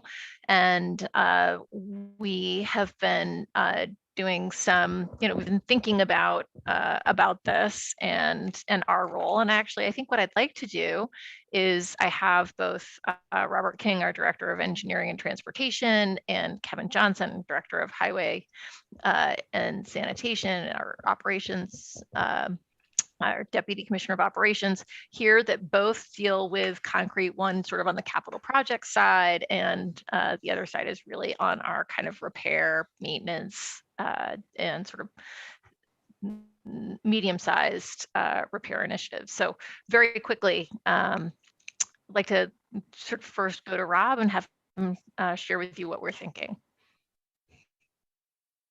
Good evening again, Chairperson Hamilton, Rob King, Director of Engineering and Transportation for the town of Brookline.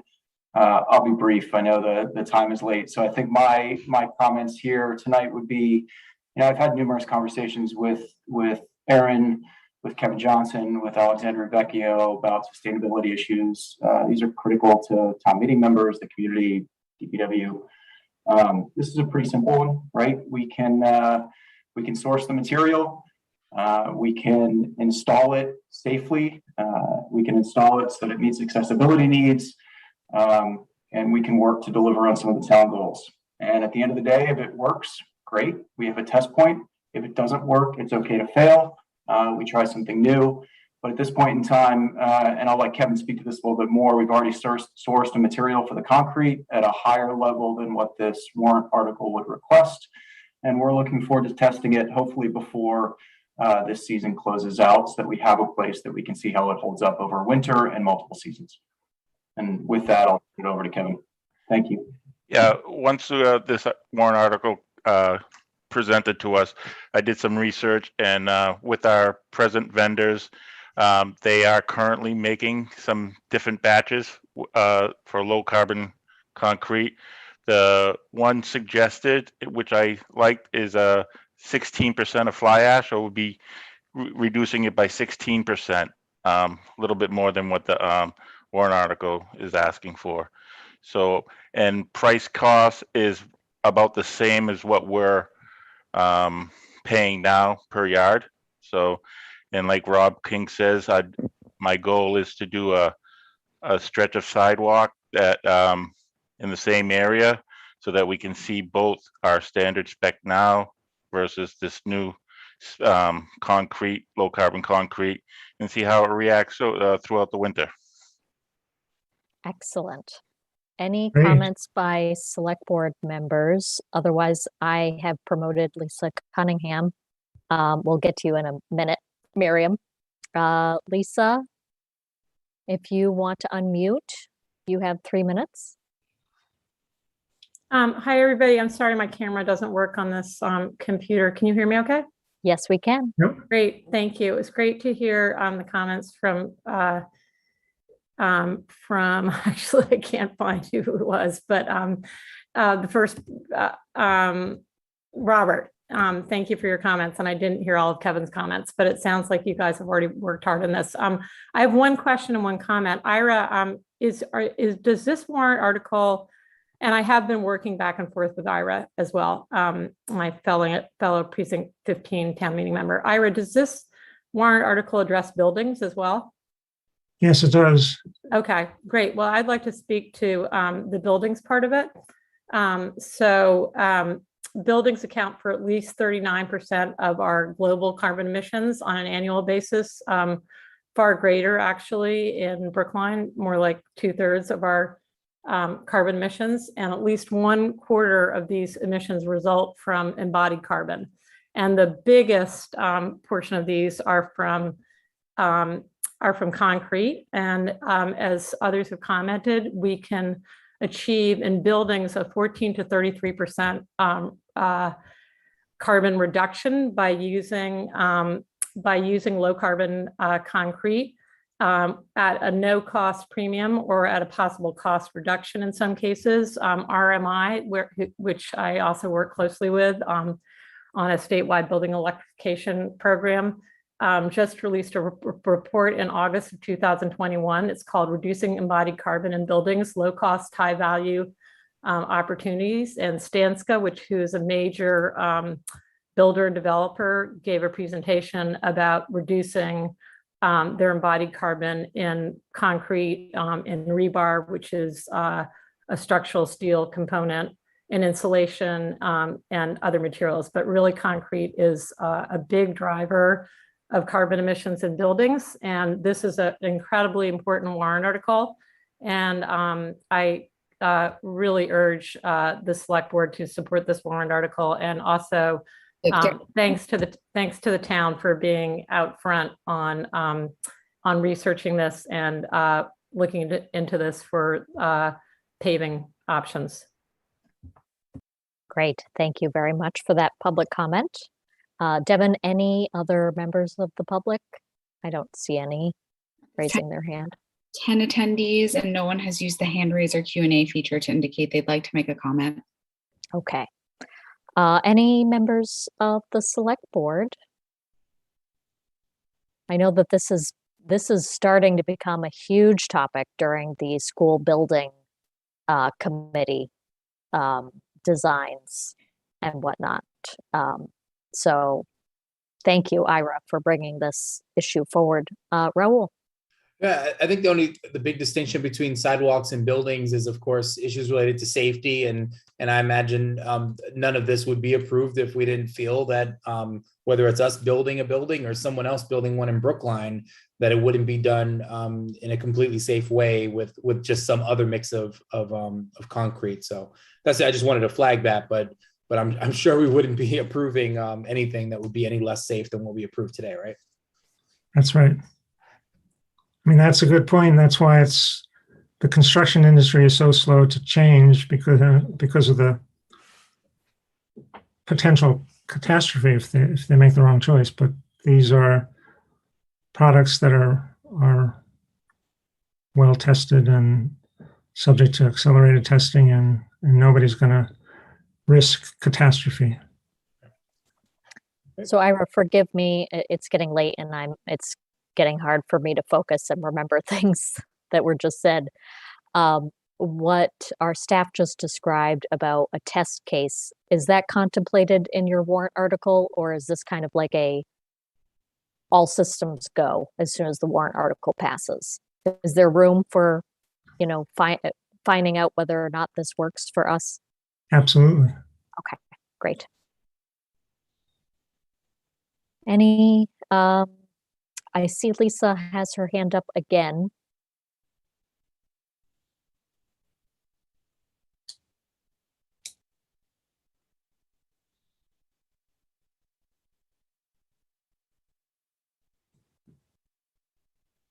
Okay.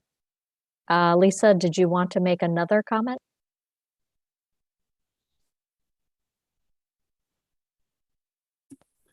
I'm all set. Thank you. Okay. So I will close this public hearing.